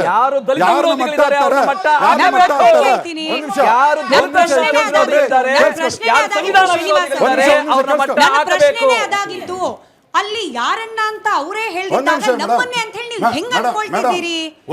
RSS ಅಂತ ಹೇಳಿ ಹೆಂಗ್ ಹೇಳ್ಕೊಳ್ತಿದ್ದೀರಿ? ಕಾಂಗ್ರೆಸ್ ಸರ್ಕಾರ ಬಂದ್ಮೇಲೆ ಯಾರು ಮಲ್ಲಿಕಾರ್ಜುನ್ ಖರ್ಗೆ ಅವರು ಉತ್ತರಾಖಂಡಲ್ಲಿ ಕಾರ್ಯಕ್ರಮ ಆದ್ಮೇಲೆ ಶುಚೀಕರಣ ಮಾಡಲ್ಲ ಅಂತಹ ಮೂಲಭೂತವಾದ ಮಟ್ಟ ಹಾಕಬೇಕು. ಇವರು ಸನ್ಮಾನ್ಯ ಪ್ರಿಯಾಂಕ್ ಖರ್ಗೆ ಅವರು ಮೇಡಮ್ ಬಂದ್ಮೇಲೆ ಯಾವುದೋ ಒಂದು ಸೋಷಿಯಲ್ ಮೀಡಿಯಾದಲ್ಲಿ ಒಂದು ಕಾಮೆಂಟ್ ಆಗಿರೋ FIR ಗಳಾಗಿರೋದು ಎಷ್ಟು ನೀವು ರಿಪೋರ್ಟ್ ಮಾಡಿಲ್ಲ ಮೇಡಮ್? ಎಷ್ಟು ರಿಪೋರ್ಟ್ ಮಾಡಿಲ್ಲ? ಆನೆಸ್ಟ್ ಆಗಿ ಮಾತಾಡೋಣ ಮೇಡಮ್. ಚಹಾದ ಸ್ವೀಟ್ ಟೇಸ್ಟ್ MDHD+ ನಿಂದಲೇ ಬರುತ್ತೆ. ಗಂಟು ಕಟ್ಟಿಕೋ ಲವಂಗ ಹಸಿರು ಏಲಕ್ಕಿಯಿಂದ ತುಂಬಿದ MDHD+ ಮಸಾಲೆ. ಅಮೃತ ಸರ್, ಈಗ RSS ಏನ್ ಹೇಳ್ಕೊಳ್ತಾ ಇದೆ, ನಾನು ಮತ್ತೊಮ್ಮೆ RSS ಗೆನೆ ಟ್ರ್ಯಾಕಿಂಗ್ ತಗೊಂಡ್ ಬರ್ತಾ ಇದ್ದೀನಿ. RSS ಏನ್ ಹೇಳ್ತಾ ಇದೆ, ಸರ್ಕಾರದಿಂದ ಸಹಾಯ ಪಡ್ಕೊಂಡ್ರೇನೆ ನಮಗೆ ಈ ರೀತಿಯಾಗಿ ಕಂಪಲ್ಷನ್ ಬರೋದು, ನೀವು ಸರ್ಕಾರಿ ಕಾನೂನುಗಳನ್ನ ಪಾಲನೆ ಮಾಡಿ ನೋಂದಣಿ ಮಾಡಿಸ್ಕೊಳ್ಳಿ ಅಂತ ಹೇಳಿ ನಾವು ಸರ್ಕಾರದಿಂದ ಒಂದು ಪೈಸಾ ಸಹಾಯ ಪಡ್ಕೊಳ್ತಾ ಇಲ್ಲ. ಹೀಗಾಗಿ ಈ ನಿಯಮ ನಮಗೆ ಅನ್ವಯಿಸೋದಿಲ್ಲ. ಇದು ಕಾನೂನಾತ್ಮಕವಾಗಿ ಕರೆಕ್ಟ್ ವಾದಾನ ಅಂತ? ಕರೆಕ್ಟ್. ಇವತ್ತು ನಾನೊಂದು ವಾಯ್ಸ್ ಆಫ್ ಪಬ್ಲಿಕ್ ಅಂತ ನನ್ನ ಒಂದು ಆರ್ಗನೈಸೇಷನ್ ಒಂದು ಲೆಟರೇಟ್ ಮಾಡ್ಕೊಂಡೆ. It is A unregistered. ನಾನು ಅದರ ಬಗ್ಗೆ ಎಲ್ಲ ಭಾಳ ಸಂಶೋಧನೆ ಮಾಡಿ ಈ ಪಾಯಿಂಟ್ನ ನಿಮ್ಮ ಮುಂದೆ ಎಲ್ಲರ ಮುಂದೆ ಹೇಳ್ತೀನಿ. ನನಗೊಬ್ಬ ಗೌಡ್ರು ಒಂದು 5,000 ರೂಪಾಯಿ ಕೊಡ್ತಾರೆ, ಅವರೊಂದು 2,000 ರೂಪಾಯಿ, ಇವರೊಂದು 3,000 ರೂಪಾಯಿ ಕೊಡ್ತಾರೆ. ಯಾವುದೋ ಪ್ರತಿಭಾಂತ ವಿದ್ಯಾರ್ಥಿಗಳಿಗೆ ಒಂದು ಪುರಸ್ಕಾರ ಕೊಡ್ರಿ. ನಾನು ಅವ್ರಿಗೆಲ್ಲ ಹೋಗಿ ಐಡೆಂಟಿಫೈ ಮಾಡಿ ಕೊಡ್ತೀನಿ. ಆಮೇಲೆ ಬಂದು ನೋಡ್ರೆ ಅವ್ರಿಗೆಲ್ಲ ಹಿಂಗೆ ಕೊಟ್ಟಿದ್ದೀನಿ ಅಂತ ಅವ್ರಿಗೆ ಯಾರು ಕೇಳ್ತಾರೆ ಅವ್ರಿಗೆ ಕೊಡ್ತೀನಿ. ಮುಗೀತಾ? ಸಮಸ್ಯೆ ಇಲ್ಲ. 5,000 ಕೋಟಿ ಒಂದು ಸ್ವಲ್ಪ ಮಾತಾಡೋದು ಸಮಸ್ಯೆ. 5,000 ರೂಪಾಯಿ ಸಮಸ್ಯೆ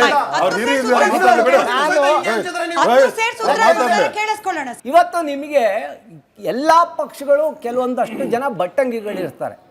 ಅವ್ರಿಗೆ ಒಂದು ಹೆಡ್ ಆಫೀಸಲ್ಲಿ ಮೇಲ್ಗಡೆ ಒಬ್ಬ ನೀನು ಹೀಗೆ ಮಾಡು ಅಂತ ಒಂದು ಡೈರೆಕ್ಷನ್ ಇರುತ್ತೆ. ಇವತ್ತು ಅವರ ಇದರೊಳಗಡೆ ಅದು ಹೋಗಿ ಹೋಗಿ ಭಾಳ ಕಷ್ಟಪಟ್ಟು ಪುನಃ ಹೋಮ್ನೇ ಹಿಡಿಬೇಕು ಅಂತ ಒಂದು ಆಸೆ. ಅವರ ಫಾದರ್ ಅಲ್ಲಿ ನಾನು ಸೆಂಟ್ರಲ್ ಇದ್ದೀನಪ್ಪ, ನೀನು ಏನು ಇಲ್ಲಿ ಮಾಡು, ಅದಕ್ಕೆಲ್ಲ ನಾನು ಬೆಂಬಲ ಕೊಡ್ತೀನಿ. ಇದು ಆಯಾ ಪಕ್ಷಗಳ ಬಗ್ಗೆ. ನಾನು ಯಾಕೆಂದರೆ ಪಕ್ಷಗಳ ಬಗ್ಗೆನೂ ಇಲ್ಲ. ನೀವು BJP ಸರ್ಕಾರದಲ್ಲೂ ನೋಡಿ, ಒಬ್ಬರು ಪುಟ್ಸ್ವಾಮಿ ಅಂತ ಒಬ್ರು ಇದ್ರು. ಯಡಿಯೂರಪ್ಪ ಅವ್ರಿಗೆ ಏನಾದರೂ ಬೈದರೆ ಅವನ್ನ ಪುಟ್ಸ್ವಾಮಿಯರೇ ಒಂದು ಪ್ರೆಸ್ ಕಾನ್ಫರೆನ್ಸ್ ಕರೆದು ಅವನ್ನ ಪೂರ ಏಕಾಮಕ ಬೈದ್ಬಿಡ್ರಿ. ದಟ್ ಈಸ್ ಒಂದೊಂದು ಈಗ ರಾಜರಲ್ಲಿ ಹೊಗಳಿಕೊಬ್ಬರು ಇಟ್ಕೊಂಡಿದ್ದು ತೆಗಳಕ್ಕೊಬ್ಬರು ಇಟ್ಕೊಂಡಂಗೆ. ಈ ಥರದ ಒಂದೊಂದು ಕಾನೂನುಗಳನ್ನು ತರಬೇಕಾದ್ರೆ ಎಲ್ಲೂ ಹೆಸರು ಹೇಳಕ್ಕೆ ಹೋಗಲ್ಲ. ಇವತ್ತು ಇದು ಸಾರ್ವಜನಿಕ ಸ್ಥಳಗಳಲ್ಲಿ ಅದಕ್ಕೆ RSS ಅವರು ನಮ್ಮ ವಿರುದ್ಧ ಇದು ಅಂತ ಹೇಳ್ತಿದ್ದಾರೆ ಹೊರತು ಇನ್ನು ಯಾವುದೇ ರೀತಿಯ ಇದಿಲ್ಲ. ನೀವು ಹೇಳಿದಾಗೆ FCRA ಅದಕ್ಕೆ ಯಾರು ಅಪೋಸ್ ಮಾಡಿದ್ರು, ಈಗ ಇಲ್ಲಿ ಇದಕ್ಕೆ ಯಾರು ಅಪೋಸ್ ಮಾಡ್ತಾರೆ. ಅಲ್ಲಿ ಅವ್ರಿಗೆ ಬೇಕಾದಂಗೆ ತರಿಸ್ಕೋತಾರೆ ಕಾನೂನು, ಇಲ್ಲಿ ಇವ್ರಿಗೆ ಬೇಕಾದಂಗೆ ತರಿಸ್ತಾರೆ. ಲೋಹಿತ್ ಅವರೇ, ಅಕೌಂಟಬಿಲಿಟಿ ಪ್ರಶ್ನೆ ಮಾಡುವಂತಹ ವಿಚಾರವಾದಿಗಳು, ಅಕೌಂಟಬಿಲಿಟಿಯನ್ನ ಪ್ರಶ್ನೆ ಮಾಡುವಂತಹ ಸಮಾಜವಾದಿಗಳು ನಮ್ಮದೇ ರಾಜ್ಯದಲ್ಲಿ ಗ್ಯಾರಂಟಿ ಹೆಸರಲ್ಲಿ 5,000 ಕೋಟಿ ಗೃಹಲಕ್ಷ್ಮಿ ಯೋಜನೆಯ 5,000 ಕೋಟಿ ಮಿಸ್ಸಿಂಗ್ ಇದೆ ಅನ್ನೋ ಗಂಭೀರ ಆರೋಪ ಇದೆ. ಅದನ್ನ ಯಾವ ವಿಚಾರವಾದಿ ಕೂಡ ಪ್ರಶ್ನೆ ಮಾಡಿದ್ ನಾನು ನೋಡ್ಲೇ ಇಲ್ಲ, ಕೇಳಲೂ ಇಲ್ಲ. ವಾಲ್ಮೀಕಿ ನಿಗಮದ ಹಗರಣ ಆಯ್ತು ಸರ್. ವಾಲ್ಮೀಕಿ ಸಮುದಾಯ ಯಾವ ನೀವೇ ಬೆಂಬಲಿಸುವಂತಹ ಸಮುದಾಯ ಇದ್ದಾಗಲೂ ಕೂಡ ಅಲ್ಲಿ ಹಗರಣ ಆಗಿದೆ ಅಂತ ಗೊತ್ತಾದಾಗ ಅಕೌಂಟಬಿಲಿಟಿ ಪ್ರಶ್ನೆಯನ್ನ ವಿಚಾರವಾದಿಗಳು, ಸಮಾಜವಾದಿಗಳು ಕೇಳಲೇ ಇಲ್ಲ. ಈ ಅಕೌಂಟಬಿಲಿಟಿ ಪ್ರಶ್ನೆ ಕೇಳುವಾಗಲೂ ಕೂಡ ನಿಮ್ಮ ಐಡಿಯಾಲಜಿಗೆ ತಕ್ಕಂತೆ ಮಾತ್ರ ಇರುತ್ತಾ ಪ್ರಶ್ನೆಗಳು? ಅದಕ್ಕಿಂತ ಮೊದಲು ನಿಮಗೆ ಪ್ರಿಯಾಂಕಾ ಖರ್ಗೆ ಅವ್ರ ಬಗ್ಗೆ ತುಂಬಾ ಚರ್ಚೆ ಆಯಿತು. ನೀವು ಪ್ರಿಯಾಂಕಾ ಖರ್ಗೆ ಅವರು RSSನ ಯಾಕೆ ಟಾರ್ಗೆಟ್ ಮಾಡ್ತಾ ಇದ್ದಾರೆ ಅಂತ ಕೇಳಿದ್ರಿ. ಕೆಲವರು ಅಭಿಪ್ರಾಯವನ್ನು ವ್ಯಕ್ತಪಡಿಸ್ರಿ, ಬೇಕಂತಲೇ ಟಾರ್ಗೆಟ್ ಮಾಡ್ತಾ ಇದ್ದಾರೆ ಅಂತ. ನನಗೆ ಅನಿಸುತ್ತೆ, ಆಸ್ ಫಾರ್ ಮೀ ಇರಬಹುದು. ಪ್ರಿಯಾಂಕಾ ಖರ್ಗೆ ಅವರಿಗೆ ಈ ಮನುವಾದಿಗಳು ಅವ್ರನ್ನ ಕಳೆದ 3 ವರ್ಷಗಳಿಂದ ನಡೆಸ್ಕೊಂಡಿರುವ ರೀತಿ, ಅವರನ್ನ ತುಳಿದಿರುವಂಥ ರೀತಿ ಮತ್ತು ಅವರನ್ನ ನಿಕೃಷ್ಟವಾಗಿ ಈ ದೇಶದಲ್ಲಿ ಅಸ್ಪೃಶ್ಯರಾಗಿ ನೋಡಿರುವ ಕಾರಣಕ್ಕೋಸ್ಕರ ಮನುವಾದಿ RSSನ ವಿರುದ್ಧವಾಗಿ ಅವರಲ್ಲಿ ಒಂದು ರೀತಿಯಾದಂಥ ಒಂದು ದ್ವೇಷದ ಭಾವನೆಗಳು ಇರಬಹುದು. ಆದರೆ ಅವರೇನು ನೇರವಾಗಿ RSSನ ವಿರುದ್ಧವಾಗಿ ಏನೂ ಮಾಡಲಿಲ್ಲ. ಅವರು ಒಂದು ಹೋಮ್ ಮಿನಿಸ್ಟರ್ ಆಗಿ ಕ್ರಮಬದ್ಧವಾಗಿ ಈ ಸರ್ಕಾರವನ್ನು ನಡೆಸಲಿಕ್ಕೆ ಎಲ್ಲರೂ ರಿಜಿಸ್ಟರ್ ಮಾಡ್ಕೊಳ್ಳಿ, ಎಲ್ಲರೂ ಒಂದೇ ಸಮರಾಗಿ ಬನ್ನಿ ಅಂತ ಅಂದ್ಬಿಟ್ಟು ಹೇಳಿದ್ದಾರೆ. ಅಷ್ಟೇ ಬಿಟ್ರೆ ಮನುವಾದಿಗಳು ಪ್ರಿಯಾಂಕ್ ಖರ್ಗೆ ಅವರನ್ನ ಹಾಗೆ ಅವರ ತಂದೆ ಅವರನ್ನ ಜಾತಿ ಕಾರಣಕ್ಕೋಸ್ಕರ ತುಳಿಯೋ ಪ್ರಯತ್ನ ಮಾಡಿದ್ರು ಅನ್ನೋ ಅರ್ಥದಲ್ಲಿ ನೀವು ಮಾತನಾಡಿದ್ರಿ. ಬಟ್ ಅದೇ ನನಗೆ ಗೊತ್ತಿಲ್ಲ ಸರ್, ಇದು ವೈಯಕ್ತಿಕ ಸಮಾಜದಲ್ಲಿ ಚರ್ಚೆ ಆಗ್ತಿರೋದ್ರಿಂದ ಪ್ರಶ್ನೆ ಕೇಳ್ತಾ ಇದ್ದೀನಿ. ಅದೇ ಪ್ರಿಯಾಂಕ್ ಖರ್ಗೆ ಅವರ ಆನ್ಸೆಸ್ಟರ್ಗಳ ಮನೆಯನ್ನ ಯಾವ ಸಮುದಾಯದವರು ಸುಟ್ಟಾಕಿದ್ರು, ಆ ಸಮುದಾಯದ ಬಗ್ಗೆ ಅಸಹನೆಯೂ ಇಲ್ಲ, ಆ ಸಮುದಾಯದ ಬಗ್ಗೆ ಅವರಿಗೆ ಇದಕ್ಕೊಂದು ಉತ್ತರ ಕೊಡಬೇಕು ಅನ್ನೋದು ಇಲ್ಲ. ಕೇವಲ ಒಂದು ಸಮುದಾಯ, ಒಂದು ಸಂಘಟನೆ ಬಗ್ಗೆ ಮಾತ್ರ ದ್ವೇಷ ಯಾಕೆ? ವೈಯಕ್ತಿಕವಾಗಿ ಆಗಿದ ಮೋಸ ಆ ಸಮುದಾಯದಿಂದ ದೊಡ್ಡದಲ್ವಾ ಅಂತ ಕೇಳೋರಿದ್ದಾರೆ ಸರ್. ನನ್ನ ಪ್ರಶ್ನೆ ಅಲ್ಲ. ನೋಡಿ, 3,000 ವರ್ಷಗಳ ಇತಿಹಾಸ ಮತ್ತು ಅದರ ತುಳಿತ ಇದೆಯಲ್ಲ, ಸೊ ಅದರ So, ಮನೆ ನೋವುಗಳು ಸುಟ್ಟಾಕಿದ್ರು ಅದರ ಪರವಾಗಿಲ್ಲ, ಅದೇ ಅದರ ಕಮ್ಮಿ ನೋವು ನೋವುಗಳು ಅಂತ ಅದರ ಹೇಳ್ತೀನಿ. ಸಂವೇದನೆಗಳು ಮನೆ ಸುಟ್ಟಾಕಿದ್ದು ನೋವಲ್ಲ ಅಂತ ಹೇಳ್ತೀರಿ, ಯಾವ ಸಮುದಾಯ ಮಾಡಿದ ತಪ್ಪಲ್ಲ ಅಂತ ಹೇಳ್ತೀನಿ. ನೋಡಿ, ಅದೊಂದು ಕ್ರೈಮ್, ಅದೊಂದು ಘಟನೆ. 3,000 ವರ್ಷಗಳ ಒಂದು ಕನ್ಸಿಸ್ಟೆಂಟ್ ಆದ ಒಂದು ಸಮುದಾಯದ ಮೇಲೆ ನಡೆದಿರುವಂತ ಒಂದು ದೌರ್ಜನ್ಯಗಳಿದಾವಲ್ಲ, ಅದು ಒಂದು ಪ್ಯಾರಾಡೈಮ್ ಅಲ್ಲಿ ಹಾಗೆ ಉಳಿದಿರುತ್ತೆ. ನೀವು ಯಾವುದೋ ಒಂದು ಘಟನೆಯನ್ನ ಒಂದು ಕೋಮುವಾದಿ ಘಟನೆಯನ್ನ Thank you. ಒಪ್ಕೊಂಡ್ರಿ ಕೋಮುವಾದಿ ಅಂತ ಹೇಳಿ ಉದ್ದೇಶ ಅದೇ ಅಂತ ಗೊತ್ತಾಯ್ತು. ಒಂದು ಕೋಮುವಾದಿ ಘಟನೆಯನ್ನ ನೀವು ಹೇಳ್ತಾ ಇದ್ದೀರಾ.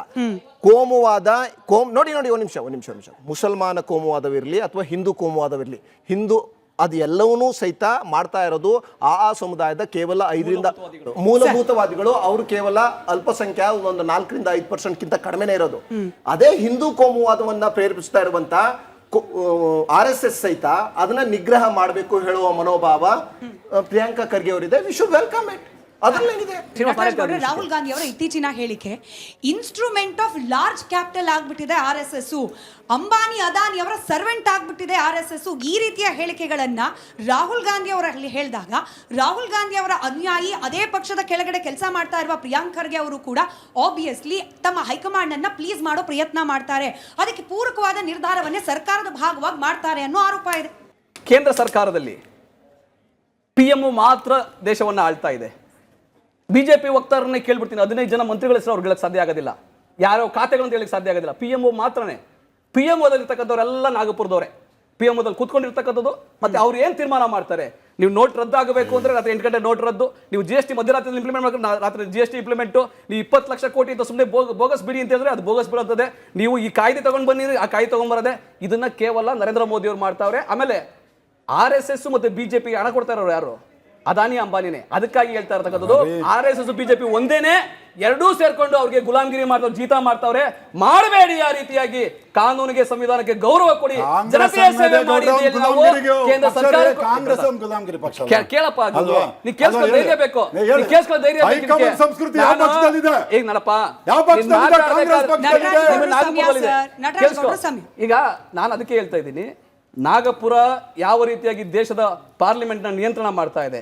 ದೇಶದ ನಾಗಪುರ, ಆ ಪಾರ್ಲಿಮೆಂಟ್ ಮತ್ತೆ ನಾಗಪುರ ಎರಡು ಸೇರ್ಕೊಂಡು ಅದಾನಿ ಅಂಬಾನಿಯ ಜೀತ ಮಾಡ್ತಾವ್ರೆ. ಇದು ಕೇವಲ ರಾಹುಲ್ ಗಾಂಧಿ ಮಾತಲ್ಲ, ಇದು ಕೇವಲ ಪ್ರಿಯಾಂಕ್ ಖರ್ಗೆ ಮಾತಲ್ಲ, ಇಡೀ ದೇಶದ ಸ್ವಾಭಿಮಾನಿ ಜನತೆ ಇವತ್ತು ಅದನ್ನೇ ಹೇಳ್ತಾ ಇರ್ತಕ್ಕಂಥದ್ದು. ಇಡೀ ದೇಶದ ಕಾಂಗ್ರೆಸ್ ಕಾರ್ಯಕರ್ತರು, ಬಿಜೆಪಿಯೇತರ ಎಲ್ಲಾ ಪಕ್ಷದ ಕಾರ್ಯಕರ್ತರು ಅದನ್ನೇ ಹೇಳ್ತಾ ಇರ್ತಕ್ಕಂಥದ್ದು. ನಟರಾಜ್ ಗೌಡ್ರೆ, ನಾನು ಮತ್ತದೇ ಪ್ರಶ್ನೆಗೆ ಬರ್ತೀನಿ. ಆ ಇಬ್ಬರು ಉದ್ಯಮಿಗಳು ನಿಜವಾಗ್ಲೂ RSS ಗೆನೆ ಸಪೋರ್ಟ್ ಮಾಡ್ತಿದ್ದಾರೆ, ಬಿಜೆಪಿ ಅವರ ಹಂಗನಲ್ಲಿದೆ ಅನ್ನೋಂಗಿದ್ರೆ, ಕಾಂಗ್ರೆಸ್ ನೇತೃತ್ವದ ಸರ್ಕಾರ ಯಾವ್ಯಾವ ರಾಜ್ಯದಲ್ಲಿ ಇದೆಯೋ ಆ ಎಲ್ಲಾ ರಾಜ್ಯಗಳಲ್ಲಿ ಆ ಎರಡು ಉದ್ಯಮಿಗಳನ್ನ ಬ್ಯಾನ್ ಮಾಡಬೇಕು, ಅವರಿಂದ ಯಾವುದೇ ಪ್ರಾಜೆಕ್ಟ್ ಗಳನ್ನ ಅವ್ರಿಗೆ ಕೊಡಬಾರ್ದು, ಅವ್ರ ಪ್ರಾಜೆಕ್ಟ್ ಗಳ ಸಹಾಯ ಪಡ್ಕೊಳ್ಬಾರ್ದು. ದ್ವಿಮುಖ ನೀತಿ ಯಾಕೆ?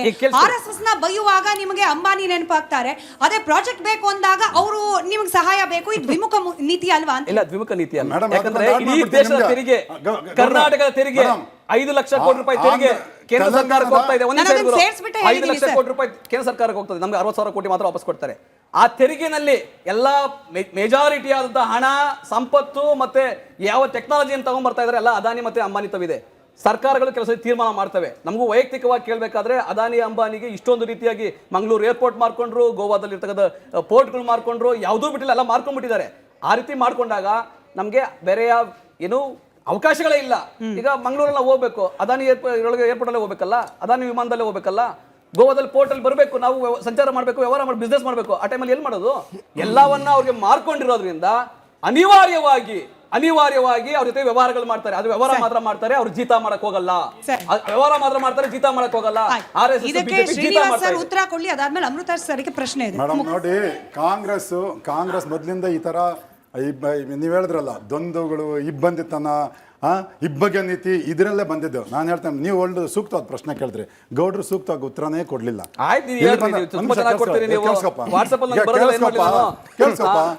ಕೇಳಿಸ್ಕೊ ಇಲ್ಲಿ. ಈಗ ರೇವಂತ್ ರೆಡ್ಡಿ ಅವರು ಯಾವ ಪಕ್ಷ ಮೇಡಮ್? ಕಾಂಗ್ರೆಸ್ ಪಕ್ಷದ ಮುಖ್ಯಮಂತ್ರಿ. ಇವರು ನಾನು ಪ್ರಶ್ನೆ ಕೇಳ್ತೀನಿ, ಹೋದ 24-25ನೇ ಸಾಲಿನಲ್ಲಿ ಅದಾನಿ ಅವ್ರ ಕಡೆಯಿಂದ 55,000 ಕೋಟಿ ರೂಪಾಯಿಗಳ ಇನ್ವೆಸ್ಟ್ಮೆಂಟ್ನ ತೆಲಂಗಾಣಕ್ಕೆ ತಗೊಂಡ್ರು. ನಾಚಿಕೆ ಆಗ್ಬೇಕು ಇವ್ರಿಗೆಲ್ಲ ತಗೊಳ್ಳೋದಕ್ಕೆ. ಏ, ದೇಶದ ದುಡ್ಡು Number ರೀ one. ಅದು. ಏ, ದೇಶ ಅಲ್ಲ, ದುಡ್ಡು. ನೀವು ಕಚೇರಿಗೆ ಅಲ್ಲಾಗಿರೋ ಹಾಕ್ಕೊತಾರಲ್ಲ. ದೇಶ ದುಡ್ಡು, central BJP government ಹತ್ರ ಕಚೇರಿಗೆ ದೇಶ 10,000 ದುಡ್ಡು. ಕೋಟಿ ಮಾಡಿ Number one. ಕೊಟ್ಟಿದ್ದೀರಿ. ನೋಡ್ರಿ, RSS ಏನ್ ನಾಚಿಕೆ ಕಚೇರಿಗೆ ಮಾತಾಡ್ತಾರೆ. ಮಾಡಿಕೊಂಡಿದ್ದೀರಿ ನೀವು. ರಾಜ್ಯದ ಜನತೆ BJP ಗಮನಿಸ್ತಾ ಇದ್ದಾರೆ. ಕಚೇರಿಯಲ್ಲಿ ದೇಶ 10,000 ದುಡ್ಡು ಅಂತ. ಕೋಟಿ ಮಾಡಿಕೊಂಡಿದ್ದೀರಿ. ಒಂದ್ ನಿಮಿಷ ಕೇಳಿಸ್ಕೊಳ್ರಿ RSS ಗೌಡ್ರೆ. ಕಚೇರಿಗಳು 5 ಸ್ಟಾರ್ ಹೋಟ್ಲ್ ಆಗಿದ್ದಾವೆ. ಕೇಳಿಸ್ಕೊಳ್ರಿ. ಇದು ಯಾವ ಆಮೇಲೆ ರೀತಿ ಹೇಳ್ತೀರಿ? ಅದಾನಿ ಎಲ್ಲಿಂದ ಆಗ್ಲಿ, ಬಂತು ದುಡ್ಡು ಅದು? ಅಂಬಾನಿ ಆಗ್ಲಿ ದೇಶದ ಕಳ್ರೇನ್ರಿ. ಈ ದೇಶದಲ್ಲಿ 100,000 ಜನ 1,000 ಜನ ಅದಾನಿಗಳು ಅಂಬಾನಿಗಳು ಬರಬೇಕು, ಲಕ್ಷಾಂತರ ಜನಕ್ಕೆ ಉದ್ಯೋಗ ಕೊಡಬೇಕು, 1,000 ಕೋಟಿ ಅವರು ಟ್ಯಾಕ್ಸ್ ಕಟ್ತಾರೆ. ಅದರಿಂದ ನಿಮಗೂ ಬೆನಿಫಿಟ್, ಈ ದೇಶಕ್ಕೆ ಒಳ್ಳೇದು. ಬಿಜೆಪಿ ಕಚೇರಿಗೆ benefit ಕೇಳಿಸ್ಕೊಳ್ರಿ, ಆಗಲ್ಲ, 10 ದೇಶಕ್ಕಾಗ್ಲಿ, ವರ್ಷ ಜನತೆಗಾಗ್ಲಿ. ಇವ್ರು ಕಾಂಗ್ರೆಸ್ ಸರ್ಕಾರ ಇದ್ದಾಗ ಇಲ್ಲಿಂದ ಯಾವುದೇ ಪ್ರಧಾನಮಂತ್ರಿ ಬೇರೆ ದೇಶಕ್ಕೆ ಹೋದ್ರೆ ಅಲ್ಲಿ ಇವ್ರಿಗೆ ಬೇಕಾದ ಪತ್ರಕರ್ತರು, ಇವ್ರಿಗೆ ಬೇಕಾದ್ರೆ ಪಟಾಲಮ್ಮನ ಕರ್ಕೊಂಡೋಗಿ ನಿಮ್ಮ ನಮ್ಮ ಟ್ಯಾಕ್ಸ್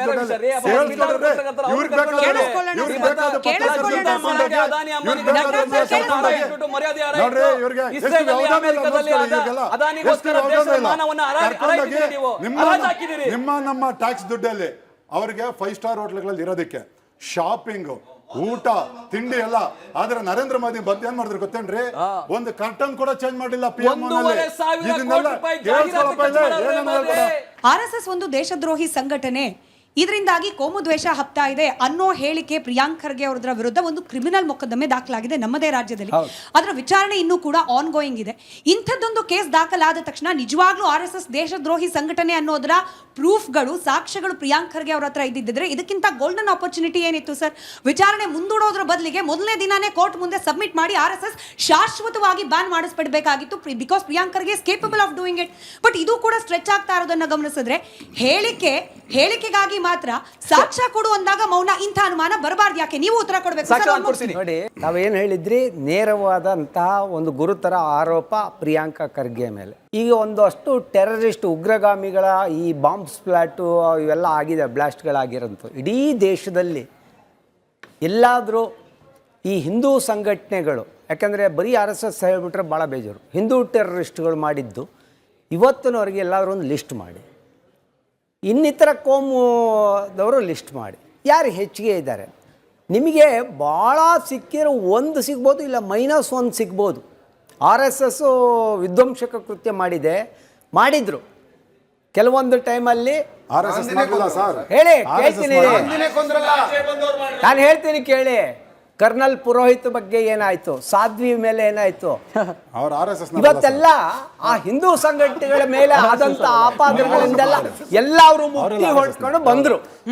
ಅವ್ರಿಗೆ ಆ ಅನುಭವಗಳನ್ನ ಹೇಳಿದ್ರು, ಇವ್ರು ಹೇಗೆ ಟಾರ್ಚರ್ ಮಾಡಿದ್ರು ಅಂತ. ಇನ್ನೂ ಹಲವಾರು ಮಠಮಾನ್ಯಗಳ ಮೇಲೂ ಸಹ ಒಂದು ಇದು ನಡೀತು. ಗುರುಗಳ ಮೇಲೆ ಇದ್ರದ್ದು ಸ್ಕ್ಯಾಂಡಲ್ಗಳನ್ನ ಎರಚಿದ್ರು. ಕೊನೆಗೆ ಎಲ್ಲರೂ ನ್ಯಾಯಾಲಯದ ಮುಖಾಂತರ ಹೊರಗಡೆ ಬಂದರು. ಇವತ್ತು ಖರ್ಗೆ ಅವ್ರ ಬಗ್ಗೆ ನೀವು ಹೇಳಿದ್ರಿ, ಚಿತ್ತಾಪುರದಲ್ಲಿ ಕೊಡೋದಿಲ್ಲ ಅಂತ, ಕೊನೆಗೆ ಕೋರ್ಟಿನಿಂದ ತಗೊಂಡು ಬಂದು ಇದ್ದು ಮುಖಭಂಗ ಆಗಲಿಲ್ಲ. ಇಲ್ಲ, ಅದಕ್ಕೆ ಇನ್ನೊಂದು ಥರದಲ್ಲಿ ಹೇಳೋದು, ಬ್ಯಾಕ್ಗ್ರೌಂಡಲ್ಲಿ ಹೇಳೋದು, ಅದು ಬೇರೆ ರೀ, ಕಾನೂನಲ್ಲಿ ಕೇಳ್ಕೊಳ್ರಿ. ಇವ್ರು ಹೇಳಿದ ಹಾಗೇನೆ, ನಾನೊಂದು ಪರ್ಮಿಷನ್ ಕೊಡ್ತೀನಿ, ಕೊಡಲಿಲ್ಲ ಅಂದರೆ ಕೋರ್ಟ್ಗೆ ಹೋಗಿ ತಗೊಬರ್ತೀನಿ, ನನಗೇನು ಮುಖಭಂಗ ಆಗಲಿಲ್ಲ ಅಂದರೆ ನಿಮಗೆ ಈ ರೋಡಲ್ಲಿ ಏನಾದರೂ ಹೊಡೆದ್ರೆ ಪಕ್ಕದ ರೋಡಲ್ಲಿ ನನಗೇನೂ ಆಗಿಲ್ಲ ಅಂತ ಹೋಗೋಂಥ ವ್ಯವಸ್ಥೆ ಬೇಡ. ಪ್ರಿಯಾಂಕಾ ಖರ್ಗೆ ಅವ್ರದ್ದು ಒಂದು ಮಾನಸಿಕವಾದ ಒಂದು ಇದಿದೆ. ಅವ್ರು ಹೇಳಿದರು 3,000 ವರ್ಷಗಳಿಂದ ನೀವು ತುಳಿದಿದ್ದೀರಿ ಅಂತ. ಅಣ್ಣ, ನಿಮ್ಮನ್ನು 3,000 ವರ್ಷಗಳಿಂದ ತುಳಿದಿದ್ದಾದ್ರೆ ಹಿಂದಿನಿಂದ ಇದರಿಂದೆಲ್ಲ ಬಂದು ದೇಶದ ಮೇಲೆ ದಾಳಿ ಮಾಡಿದ್ರಲ್ಲ, ಯಾರು ಮಾಡಿದ್ದು? ಅಫ್ಘಾನಿಸ್ತಾನ, ಅಲ್ಲಿ ಇಲ್ಲಿಂದೆಲ್ಲ ಬಂದು ದಾಳಿ ಮಾಡಿ. ನಾವು ಅವ್ರ ಬಗ್ಗೆನೇ ಮಾತಾಡಕ್ಕೆ ಹೋಗೋಣ. ಇದು ಹೇಗಾಗುತ್ತೆ ಅಂದರೆ, ಹಳ್ಳಿಗಳಲ್ಲಿ ದ್ವೇಷ ಹುಟ್ಟುತ್ತೆ. ನಿಮ್ಮ ತಾತ ನನ್ನ ಜಮೀನು ಮಾರಲಿಲ್ಲ, ನಿಮ್ಮ ತಾತ ನಮ್ಮ ಮನೆಯವ್ರ ಕೊಲೆ ಮಾಡ್ದ, ಈ ಥರದ ಹಳೆಯ ಇದನ್ನ ತಗೊಂಡು ರೀಲ್ ಸುತ್ತಾ ಹೋದಾಗ ಎರಡು ಕೋಮು ಇದನ್ನ ನಡೀತಾ ಹೋಗುತ್ತೆ. ಇದರ ಕೆಂಪು ಬಣ್ಣ ಅದ್ಭುತ, ಖಾರ ಕಡಿಮೆ ಆದರೂ ರುಚಿಕರ. MDH ಕಾಶ್ಮೀರಿ ಇದ್ದಾರೆ. ನಿಮ್ಮದೇ ಪಕ್ಷದ ಸರ್ಕಾರ ಕೇಂದ್ರದಲ್ಲೂ ಇತ್ತು, ರಾಜ್ಯದಲ್ಲೂ ಇದೆ, ಹಿಂದೆನೂ ಇತ್ತು. ನಿಜವಾಗ್ಲೂ RSS ಹಾಗೆ ಸಮಾಜ ವಿದ್ರೋಹಿ ಚಟುವಟಿಕೆನೇ ಮಾಡ್ತಿರೋದಾದ್ರೆ, ದೇಶವನ್ನ ಹಾಳು ಮಾಡುವ ಕೆಲಸನೇ ಮಾಡ್ತಾ ಇದ್ರೆ, ಕಾನೂನಾತ್ಮಕವಾಗಿ ಶಾಶ್ವತವಾಗಿ ನಿರ್ಬಂಧ ಮಾಡುವಂತಹ ಪ್ರಯತ್ನಗಳು ಈವರೆಗೂ ಲೀಗಲಿ ನಾನು ಕೇಳ್ತಿರೋದು ಸರ್, ಪೊಲಿಟಿಕಲ್ ಸ್ಟೇಟ್ಮೆಂಟ್ ಅಲ್ಲ, ಲೀಗಲಿ ಮಾಡ್ಲಿಕ್ಕೆ ಹೂ ಇಸ್ ಸ್ಟಾಪಿಂಗ್ ಕಾಂಗ್ರೆಸ್? ಇದು ಪೊಲಿಟಿಕಲ್ ಆಗಿ ನಿಮಗೆ ಬೇಕು ಹೇಳಿಕೆಗಳು, ಲೀಗಲಿ ನಿಮಗೆ ಬೇಕಾಗಿಲ್ಲ. ಖಂಡಿತವಾಗಿ ಈಗ ನೀವು ಕಾನೂನುಬದ್ಧವಾಗಿ ಅವರು ನೋಂದಣಿ ಮಾಡ್ಕೊಂಡ್ರೆ, ಕಾನೂನುಬದ್ಧವಾಗಿ ಅವರು ಸದಸ್ಯರನ್ನ ಐಡೆಂಟಿ ಕಾರ್ಡ್ ಕೊಟ್ರೆ, ಕಾನೂನುಬದ್ಧವಾಗಿ ಅವ್ರು ಅಕೌಂಟೇಬಲ್ ಇಟ್ರೆ ನಾವು ಅದನ್ನ ಟಾರ್ಗೆಟ್ ಮಾಡಬಹುದು. ಅಂದ್ರೆ ಕೇಳ್ಬೋದು, ಕೋರ್ಟಲ್ಲಿ ನ್ಯಾಯಾಲಯದಲ್ಲಿ ಕೇಳ್ಬೋದು, ಸ್ವಾಮಿ ಈ ತರ ಮಾಡ್ತಾ ಇದ್ದಾರೆ ನೋಡಿ, ಇವರು ಸದಸ್ಯ, ಇವ್ನ ID ಕಾರ್ಡ್ ಇದು, ಇವರು ಇಷ್ಟ ಹಣವನ್ನ ಟ್ರಾನ್ಸಾಕ್ಷನ್ ಮಾಡಿದ್ದಾರೆ ನೋಡಿ, ಇದು RSS ನೋಂದಣಿ ಕಚೇರಿ ಇದು ಅಂತ ಹೇಳ್ಬೋದು. ಇವರೆಲ್ಲ ಒಂಥರ ಗೋಷ್ಠಿಗಳ ತರ ವ್ಯವಹಾರ ಮಾಡ್ತಾ ಇದ್ದಾರೆ. ಗಾಂಧಿಯ ಹತ್ಯೆ ಆಗತ್ತೆ. ಇವತ್ತೂ ಸಹಿತ ಸಂವಿಧಾನದ ವಿರುದ್ಧವಾಗಿ, ಬಾಬಾ ಸಾಹೇಬ್ರ ವಿರುದ್ಧವಾಗಿ, ಬಹುಜನ ಸಮುದಾಯಗಳ ವಿರುದ್ಧವಾಗಿ, ಇವತ್ತು ನಮ್ಮ ಪ್ರಿಯಾಂಕಾ ಖರ್ಗೆ ಅವರ ವಿರುದ್ಧವಾಗಿ, ಮಲ್ಲಿಕಾರ್ಜುನ ಖರ್ಗೆ ಅವರ ವಿರುದ್ಧವಾಗಿ ಕಿವಿ ಚಳುವಳಿಯನ್ನ ಮಾಡ್ತಾರೆ. ಎಲ್ಲೆಡೆನೋ ಒಂಥರ ಇವ್ರ ಒಂದ್ ರೀತಿ ನುಸುಳುಕೋರ್ರು. ಕನ್ನಡ ಚಳುವಳಿಯಲ್ಲಿ ಬರ್ತಾರೆ, ಮಾಧ್ಯಮಗಳಲ್ಲಿ ಬರ್ತಾರೆ, ನೀವು ಎಲ್ಲಿ ಹೋದ್ರು ಇವ್ರು ಬರ್ತಾರೆ, ಕಾಂಗ್ರೆಸ್ ಪಕ್ಷದಲ್ಲಿ ಬರ್ತಾರೆ. ಶತ್ರುಗಳ ಮಿತ್ರರ ಪರಿಚಯ ಬೇಕು ಅಂತಾರೆ. ನಮಗೆ ಸರಿಯಾದ RSS ನ ಪರಿಚಯ ಸರಿಯಾಗಿಲ್ಲ ಅಂತ ನನಗೊಂದ್ಸರಿ ಅವ್ರ ಜೊತೆ ಅವ್ರ ವಿರುದ್ಧ ಹೋರಾಡೋ ಸಮಯ ಅನ್ಸುತ್ತೆ. ಇವರ ಪರ್ಪಸ್ ಅಧಿಕಾರ ಅಲ್ಲ, ಜನರ ತಲೆನ ಆಳ್ಲಿಕ್ಕೆ ನೋಡ್ತಾರೆ ಇವರು. ಮನೆ ಮಕ್ಕಳ ತಲೆ ಒಳಗೆ ಹೋಗ್ತಾರೆ. ಇವ್ರಿಗೆ ಗೊತ್ತೇ ನಮ್ಗೆ ಗೊತ್ತೇ ಅಲ್ಲ. ನಮ್ಮ ಮನೆಯಲ್ಲಿ ಒಬ್ಬ RSS ಹುಡ್ತಾ ಇರ್ತಾನೆ. ಸರ್, ದೇಶ ವಿರೋಧಿ ಅಥವಾ ದೇಶದಲ್ಲಿ ದ್ವೇಷವನ್ನ ತುಂಬುವಂತಹ ಹೇಳಿಕೆಗಳು RSS ನಿಂದ ಬರ್ತಿದೆ, ಹೀಗಾಗಿ ವಿರೋಧ ಅನ್ನೋಗಾಗಿದ್ರೆ ದೇಶವನ್ನ ತುಕಡೆ ಮಾಡ್ತೀವಿ ಅನ್ನೋರಿಗೆ ಬೆಂಬಲ ಕೊಡಬಾರ್ದು. ಚಿಕನ್ ನೆಕ್ ಅನ್ನ ಕಟ್ ಮಾಡಿ ಹಾಕ್ತೀವಿ ಅಂತ ಹೇಳುವವರನ್ನ, ಈಶಾನ್ಯ ರಾಜ್ಯಗಳನ್ನ ಬೇರೆ ಮಾಡ್ತೀವಿ ಅನ್ನೋರಿಗೆ ನಾವು ಸಪೋರ್ಟ್ ಆಗಿ ನಿಲ್ಬಾರ್ದು. ಅವ್ರ ವಿರುದ್ಧ ಕೂಡ RSS ಮೇಲೆ ಇರುವಂತಷ್ಟೇ ದ್ವೇಷ ಇರಬೇಕು. ಕಾಶ್ಮೀರ ಭಾರತದ ಅವಿಭಾಜ್ಯ ಅಂಗ ಅಲ್ಲ ಅಂತ ಹೇಳುವವರ ಮೇಲೂ ಕೂಡ RSS ಮೇಲೆ ಇರುವಷ್ಟೇ ದ್ವೇಷ ಇರಬೇಕು. ಅಂತವರನ್ನ ಯೂನಿವರ್ಸಿಟಿಗಳಿಂದ, ಅಂತವರನ್ನ ಕಾಲೇಜ್ಗಳಿಂದ, ಅಂತವರಿಂದ ಸ್ಕೂಲ್ಗಳಿಂದ ಹೊರಹಾಕಿ ಅಂತ ಹೇಳಿ ನೋಡಿ. ಈ ದೇಶದ ಏಕತೆ ವಿರುದ್ಧ ಯಾರಿದಾರೋ RSS ನ ಸಂಘಟನೆ ಮತ್ತು RSS ಹುಟ್ಟಾಕಿರುವಂತ ಯಾವುದೇ ಕೋಮುವಾದಿ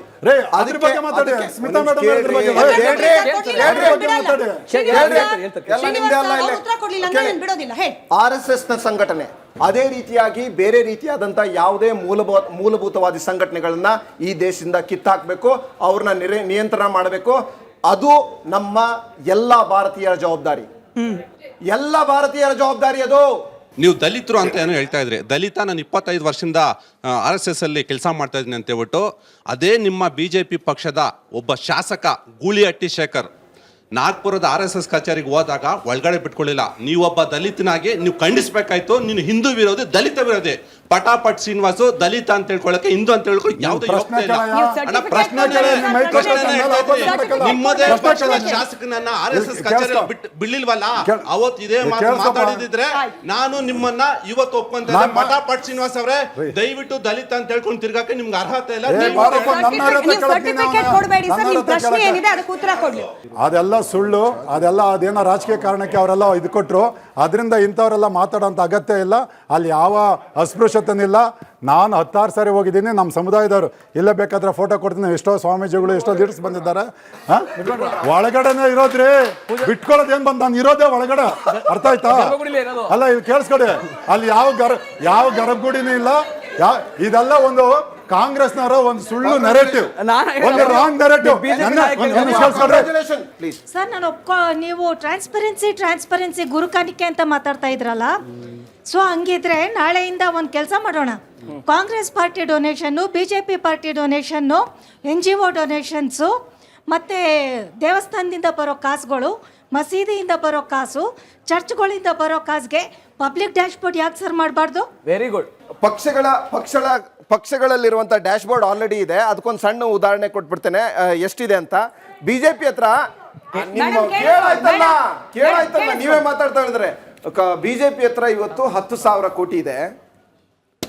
ಕಾಂಗ್ರೆಸ್ ಹತ್ರ 300 ಕೋಟಿಗಳ ಇದೆ, ನಿಮ್ಮ ಮಾಹಿತಿಗೆ.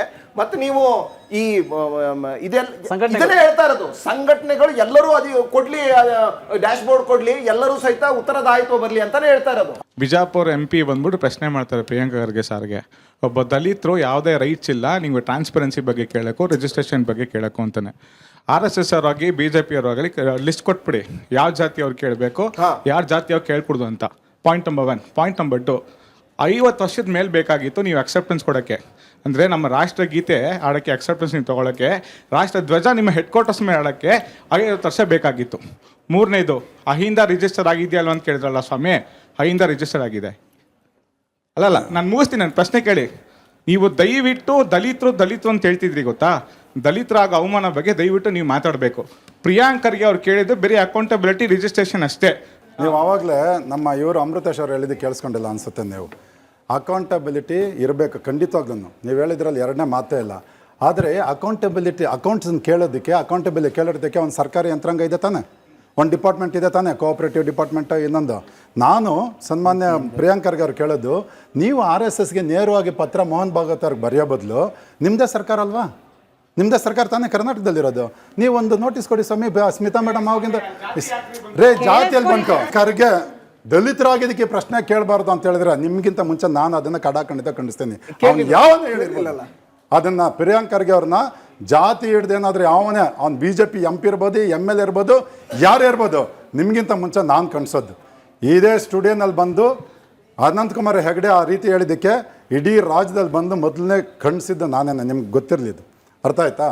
ನಾನು ಹೇಳೋದು, ಪತ್ರಗಳನ್ನ ಸಾರ್ವಜನಿಕವಾಗಿ ಸಂಬಂಧ ಇಲ್ಲದೆ ಬರೆಯೋ ಬದಲು ಇಲಾಖೆಗಳಿದೆ, ಅದಕ್ಕಂತ ಒಂದು ಅಥಾರಿಟಿ ಇದೆ, ಅವ್ರಿಗೆ ಸರ್ಕಾರ ಒಂದಷ್ಟು ಅಧಿಕಾರ ಕೊಟ್ಟಿದೆ, ಅವ್ರ ಮುಖಾಂತರ ಯಾಕೆ ನೋಟಿಸ್ ಕೊಡಲ್ಲ?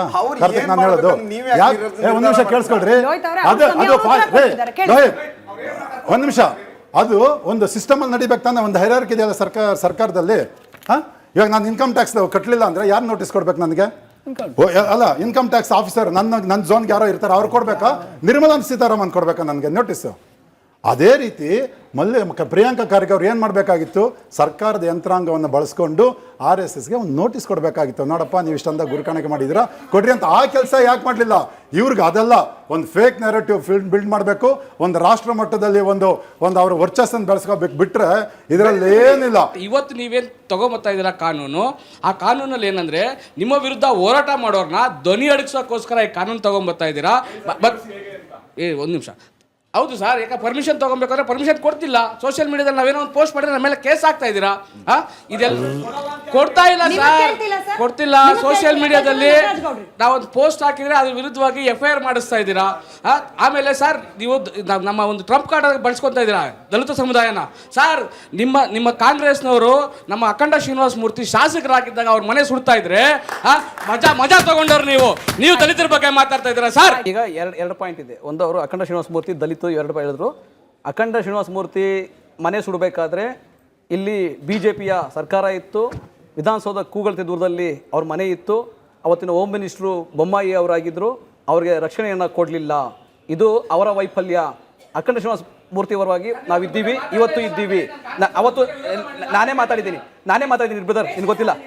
ಆಮೇಲೆ ಎರಡನೇ ವಿಷಯ, BJPಯ MP ರಮೇಶ್ ಜಿಗಜಿಣಗಿ ಪ್ರಿಯಾಂಕ್ ಖರ್ಗೆಗೆ ಹೇಳಿದ್ದು ಜೂನಲ್ಲಿ ಹೇಳಿದ್ದು, ಲಾಸ್ಟ್ ಜೂನಲ್ಲಿ ಏನಂದ್ರು, ಒಬ್ಬ ದಲಿತ ಆಗಿ RSS ಬಗ್ಗೆ ನೀನು ಯಾಕೆ ಮಾತಾಡ್ತೀಯಾ, ಯಾಕೆ ಮಾತಾಡ್ಬೇಕು ನೀನು? ಈ ಮಾತನ್ನ ಅವರು ಸಾರ್ವಜನಿಕವಾಗಿ ಹೇಳಿದ್ದಾರೆ. ಅದನ್ನ ಕೇಳ್ತಾ ಇರೋದು. ದಲಿತ ಆದವ್ರಿಗೆ RSS ಬಗ್ಗೆ ಕ್ವಶನ್ ಮಾಡಬಾರ್ದಾ? ಹೋಮ್ ಮಿನಿಸ್ಟರ್ ಆದ್ರೂ ಕ್ವಶನ್ ಮಾಡಬಾರ್ದಾ? ಹೌದು, ನೀವು ನೋಂದಣಿ ಮಾಡಿಸ್ಕೊಳ್ಳಿ ಅಂದ ತಕ್ಷಣ ಭಾಗವತ್ಗೆ ಯಾಕೆ ಬರೀತೀರಿ? ಇಲ್ಲೇ ನೋಟಿಸ್ ಕೊಡಿ. ಆದರೆ ಭಾಗವತ್ಗೂ ಬರೀತಾರೆ, ಇನ್ನೊಂದ್ಸಲ ಕಂಟಿನ್ಯೂಸ್ ಆಗಿ ಬರೀತಾನೆ ಇರ್ತಾರೆ ಜನ ಇನ್ಮೇಲೆ. ಅದು ಸುಮ್ಮನೆ ಅಲ್ಲ, RSS ಕಾನೂನಿಗೆ ಗೌರವ ಕೊಡೋವರೆಗೂ, ಸಂವಿಧಾನಬದ್ಧವರೆಗೂ ಗೌರವ ಕೊಡೋವರೆಗೂ ಪತ್ರ ಬರೀತಾನೆ ಇರ್ತಾರೆ, ನೋಂದಣಿ ಆಗೋವರೆಗೂ ಮಾಡ್ತಾನೆ ಇರ್ತಾರೆ. ನೋಂದಣಿ ಆಗೋವರೆಗೂ ಸಾರ್ವಜನಿಕರು, ಕಾರ್ಯಕರ್ತರು ಪ್ರಶ್ನೆ ಕೇಳ್ತಾನೆ.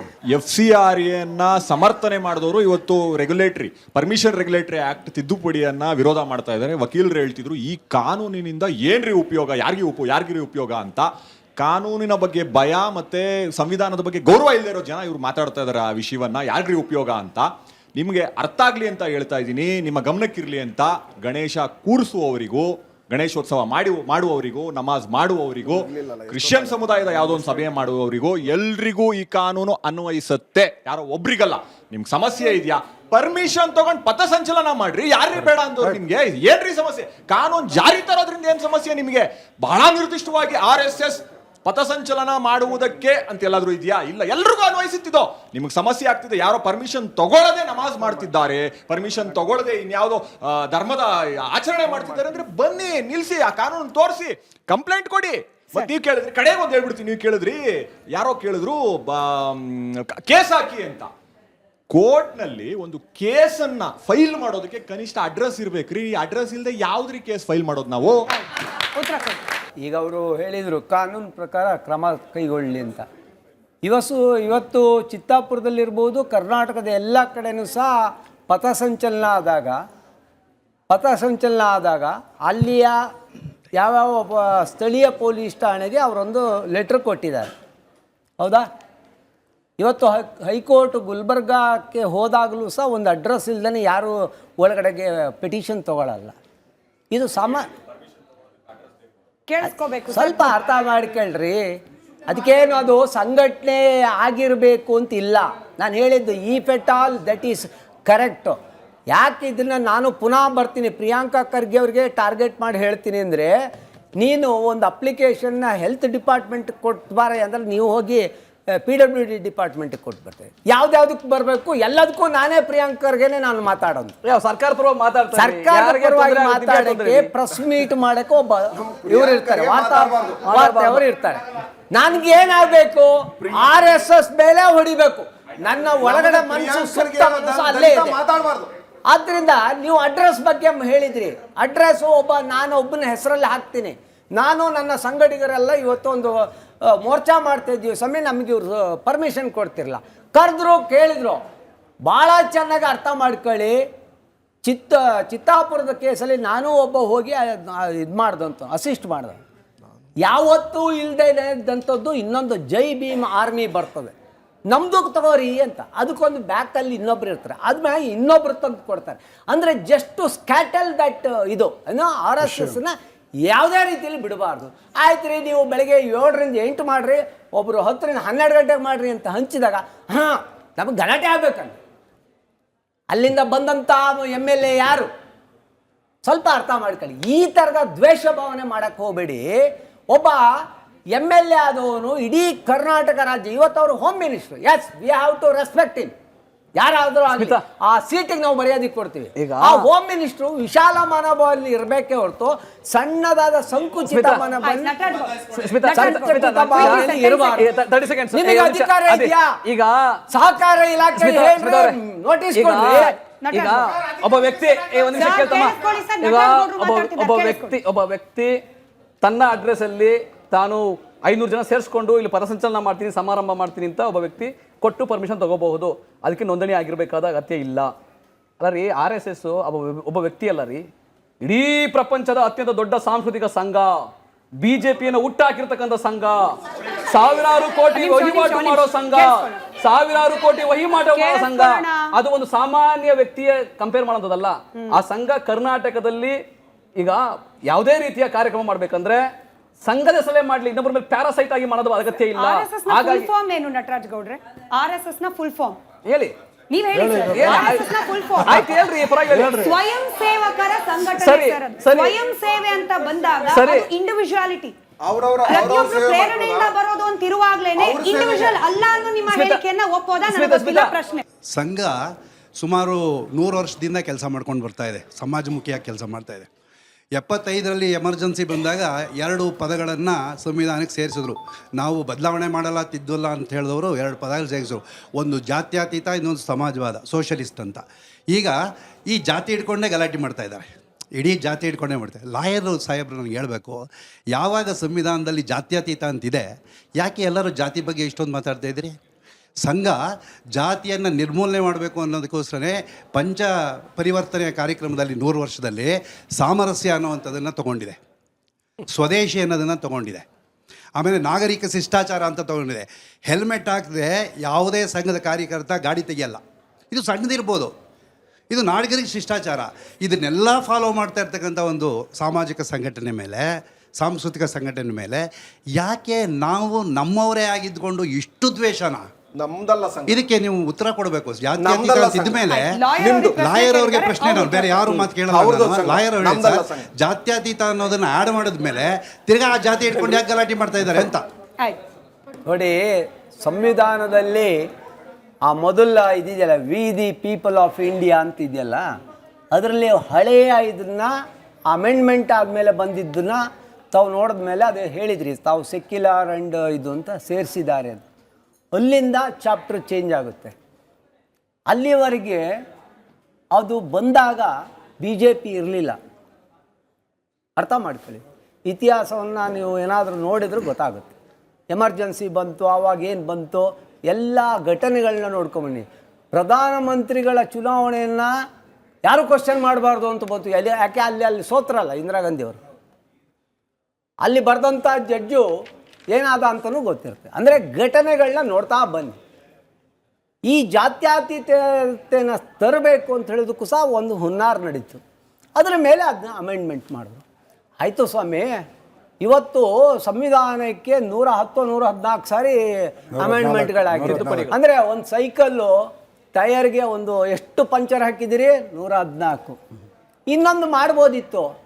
ಮೆಜಾರಿಟಿ ಇದ್ದಂಥವ್ರು ಎಸ್ ಅವೆರಡು ಪದ ತೆಗೀರಿ ಅಂತ ತೆಗಿಲ್ಬೋದಿತ್ತು. ಮೆಜಾರಿಟಿ ಮೇಲೆ ನಾನು ಹೇಳ್ತಾ ಇರೋದು.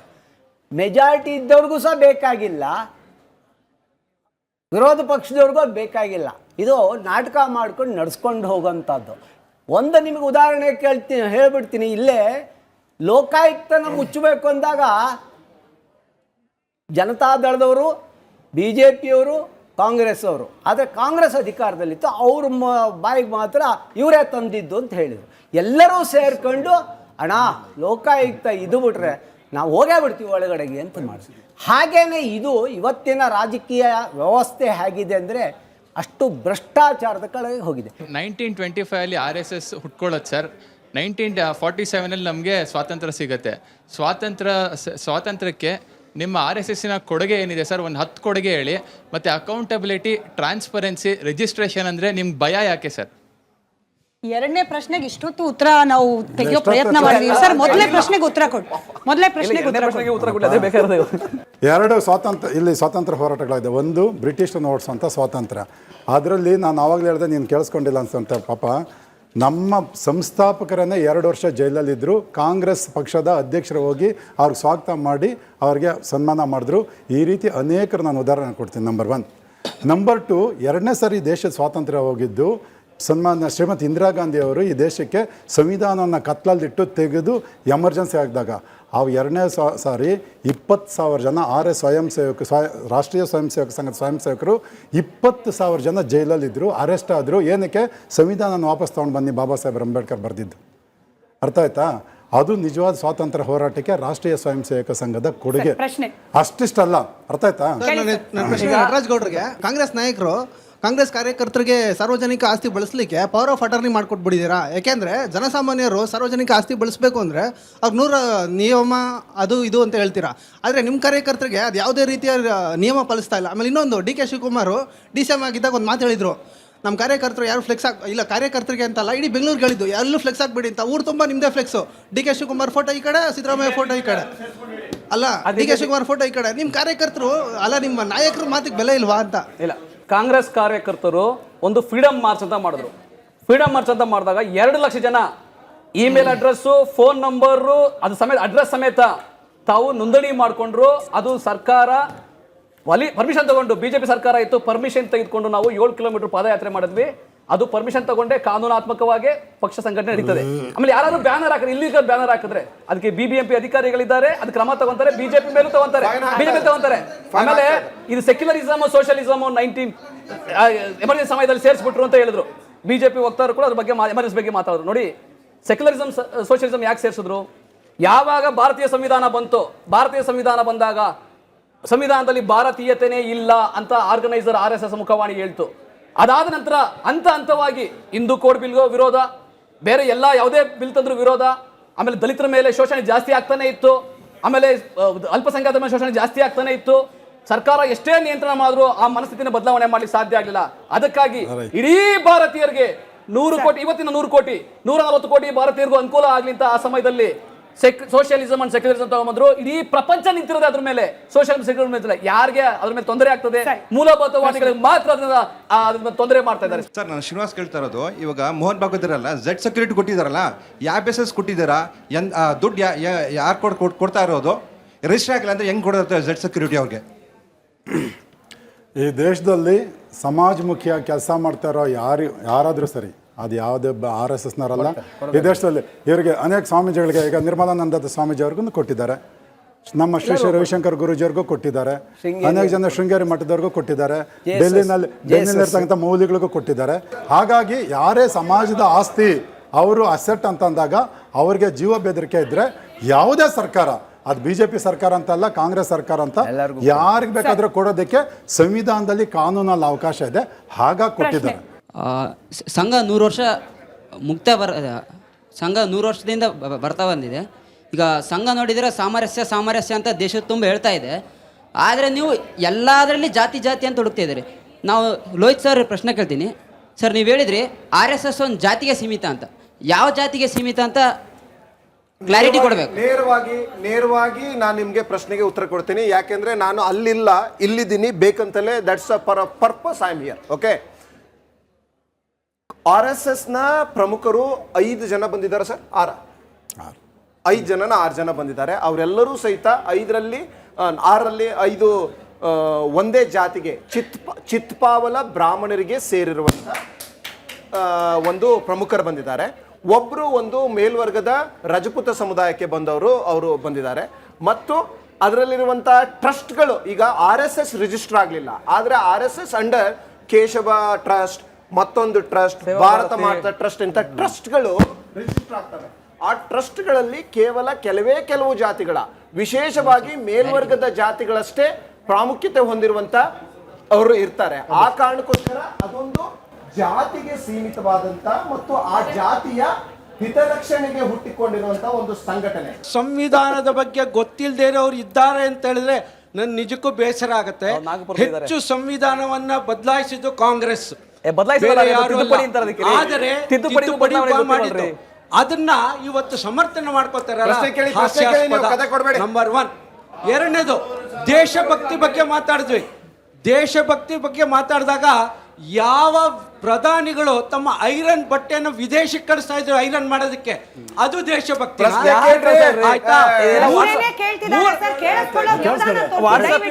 ಲೆಕ್ಕ ಕೊಡಿ ಅಂತ ಹೇಳಿದ್ರು. ನ್ಯಾಷನಲ್ ಹೆರಾಲ್ಡ್ ಬಗ್ಗೆ ಯಾರು ಲೆಕ್ಕ ಕೊಟ್ಟಿದಾರಾ? ವಿದೇಶಕ್ಕೆ ಹೋದಂತ ಇವರು ವಿರೋಧ ಪಕ್ಷದವರು ಲೆಕ್ಕ ಕೊಟ್ಟಿದಾರಾ? ನಮ್ಮ ದೇಶದ ಅನೇಕ ಹೆಕ್ಟೇರ್ನ ಚೈನಾಕ್ ಕೊಟ್ರು, ಅದ್ರ ಬಗ್ಗೆ ಯಾರು ಲೆಕ್ಕ ಕೊಟ್ಟಿದಾರ? ಯಾರು ದೇಶ ವಿರೋಧಿಗಳು ಇವತ್ತು RSS ಬಗ್ಗೆ ಮಾತಾಡ್ತಾ ಇದ್ದೀವಿ ಅಂದ್ರೆ ಒಂದು ನನಗೆ ಸಂತೋಷ ಆಗುತ್ತೆ. ಇಷ್ಟು ದಿವಸ RSS ಗೊತ್ತಿರಲಿಲ್ಲ, ವಿರೋಧ ಭಕ್ತಿ. ಇವತ್ತು ಕಾಂಗ್ರೆಸ್ ಅವ್ರನ್ನ ಬಡ್ದು ಎಪ್ಸಿದ್ರೆ RSS ಅಂತಾರ ಹೊರತು ಇನ್ನೇನು ಹೇಳಲ್ಲ. 1948 ಬ್ರಾಹ್ಮಣ ಹತ್ಯಾಕಾಂಡ ಮಾಡಿದ್ರಿ ನೀವು, 1984 ಸಿಖ್ಖರ ಹತ್ಯಾಕಾಂಡ ಮಾಡಿದ್ರಿ. ಯಾವ ಕಾನೂನು ನೀವು ಪಾಲಿಸಿದ್ರಿ?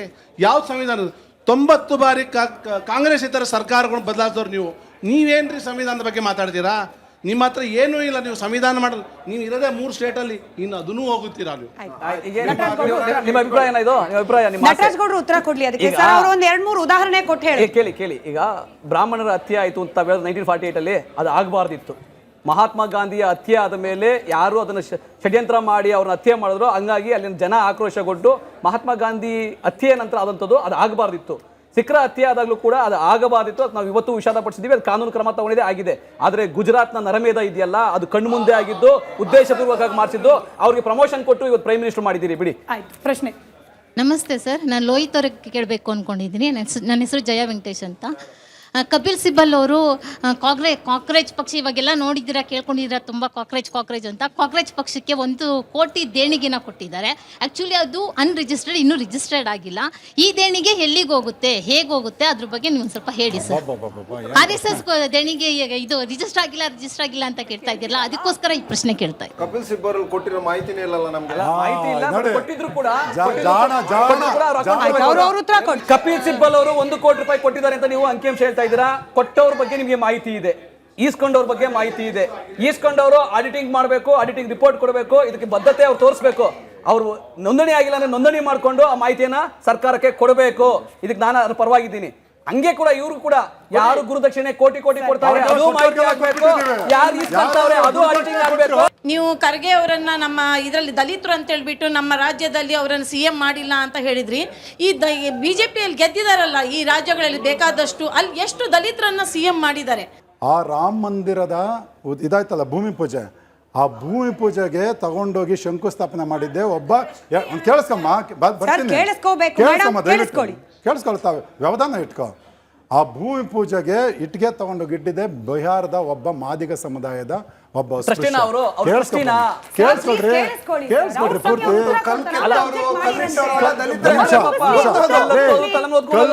ನೋಡ್ರಿ ಲೋಹಿತ್, ಶಂಕುಸ್ಥಾಪನೆಗೆ ಮುಖ್ಯ ಅತಿಥಿಗಳನ್ನ ತಗೊಂಡಾಗ ಕೂರಿಸಿದ್ರಲ್ಲ, ಅವರೇನೆ ಒಬ್ಬ ಮಾದಿಗ ಸಮುದಾಯಕ್ಕೆ ಬಿಹಾರದಿಂದ ಹೋದಂತ ಒಬ್ಬ ಅಸ್ಪೃಶ್ಯ ನಿನ್ನ ದಲಿತ. ಒಂದ್ ನಿಮಿಷ ಕೇಳಿಸ್ಕೊಡ್ರಿ, ಪೂರ್ತಿ ಕೇಳಿಸ್ಕೊಡ್ರಿ, ವ್ಯವಧಾನ ಇಟ್ಕೊಳ್ಳಿ, ಧೈರ್ಯ ಇಟ್ಕೊಳ್ಳಿ. ನಂಬರ್ ಒನ್ ವಿಧಾನಸೌಧ ಕಟ್ಟಿದ್ದೆಲ್ಲ ಅಲ್ಲಿ ಸೆಂಟ್ರಲ್ ಜೈಲಿಂದ ಬಂದಂತ ಅವರೆಲ್ಲರೂ ಮಿನಿಸ್ಟರ್ ಆದ್ರ ಅಲ್ಲ, ಕಂಗಾಲ್ ಹನುಮಂತಯ್ಯನ ವಿಧಾನಸೌಧ ಕಟ್ಟಿದಂತ ಕಂಗಾಲ್ ಹನುಮಂತಯ್ಯನ ಒಳಗಡೆ ಕುಳಿತುಕೊಳ್ಳಕ್ಕೆ ಬಿಡ್ದಿದ್ ಪಕ್ಷ ಕಾಂಗ್ರೆಸ್ ಪಕ್ಷ. ನಂಬರ್ 2, ಇವತ್ತು ಜಾತಿಗೆ ಸೇರಿದಂತ ನರೇಂದ್ರ ಮೋದಿ ಅವ್ರನ್ನ 12 ವರ್ಷ ಪ್ರಧಾನಮಂತ್ರಿ ಮಾಡಿರೋ ಪಕ್ಷ ಅದಾದ್ರೆ ಅದು ಭಾರತೀಯ ಜನತಾ ಪಕ್ಷ. ಎರಡು ರಾಮನಾಥ್ ಕೋವಿಂದ್ ಅವ್ರನ್ನ ಮತ್ತೆ ದ್ರೌಪದಿ ಮುರ್ಮು ಇಬ್ರು ರಾಷ್ಟ್ರಪತಿಗಳನ್ನ ದಲಿತ ಸಮುದಾಯ ಮಾಡಿದ್ರೆ ಯಾರಿಗಾದ್ರೂ ಇದ್ರೆ ಬಿಜೆಪಿ ಪಕ್ಷ. ಅವ್ರು ಸರ್ RS ಅಂತಿರಲ್ಲ, ಅವ್ರ ಶಿಸ್ತು ನೋಡಿದ್ದೀರಾ? ಅವ್ರ ಶಿಸ್ತು ಯಾವ ತರ ಇದ್ದಾರೆ ಅಂತ. ಮೋದಿ ಬಗ್ಗೆ ಮಾತಾಡ್ತಿರಲ್ಲ ಸರ್, ಮೋದಿ ಅವರು ಆ ಶಿಸ್ತು ಬಗ್ಗೆ ಅವ್ರ ತಾಯಿ ಸತ್ತಾಗ್ಲೂ ಯಾವ ತರ ಕೆಲಸ ಮಾಡಿದ್ದಾರೆ. ಜಾತಿ ಅಂತ ಹೇಳ್ತೀರಾ, ಜಾತಿ ಅಂತ. ಇದರಲ್ಲಿ ದಸರಲ್ಲಿ ಯಾರು ಸರ್ ದೀಪ ಅಂಟಿಸಿದ್ದು? ಇದೇ RSS ಅಲ್ಲಿ ನಿಮ್ಮವ್ರು ಇಲ್ವಾ?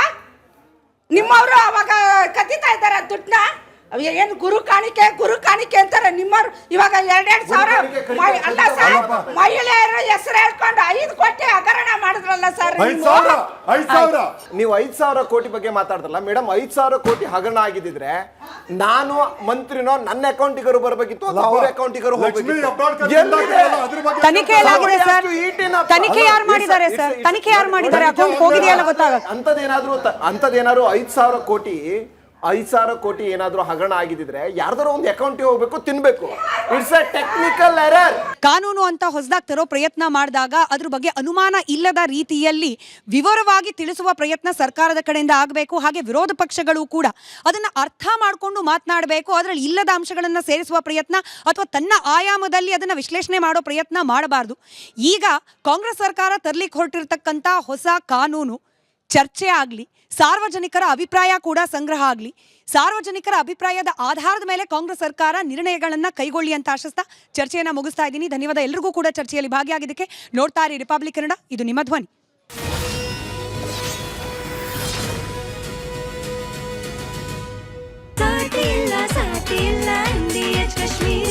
ಅರೆ ಕಡಿಮೆ ಹಾಕು ಆದ್ರೆ ಅಸ್ಲಿ ಹಾಕು. MDH ಕಾಶ್ಮೀರಿ ಕೆಂಪು ಮೆಣಸಿನ ಪೌಡರ್.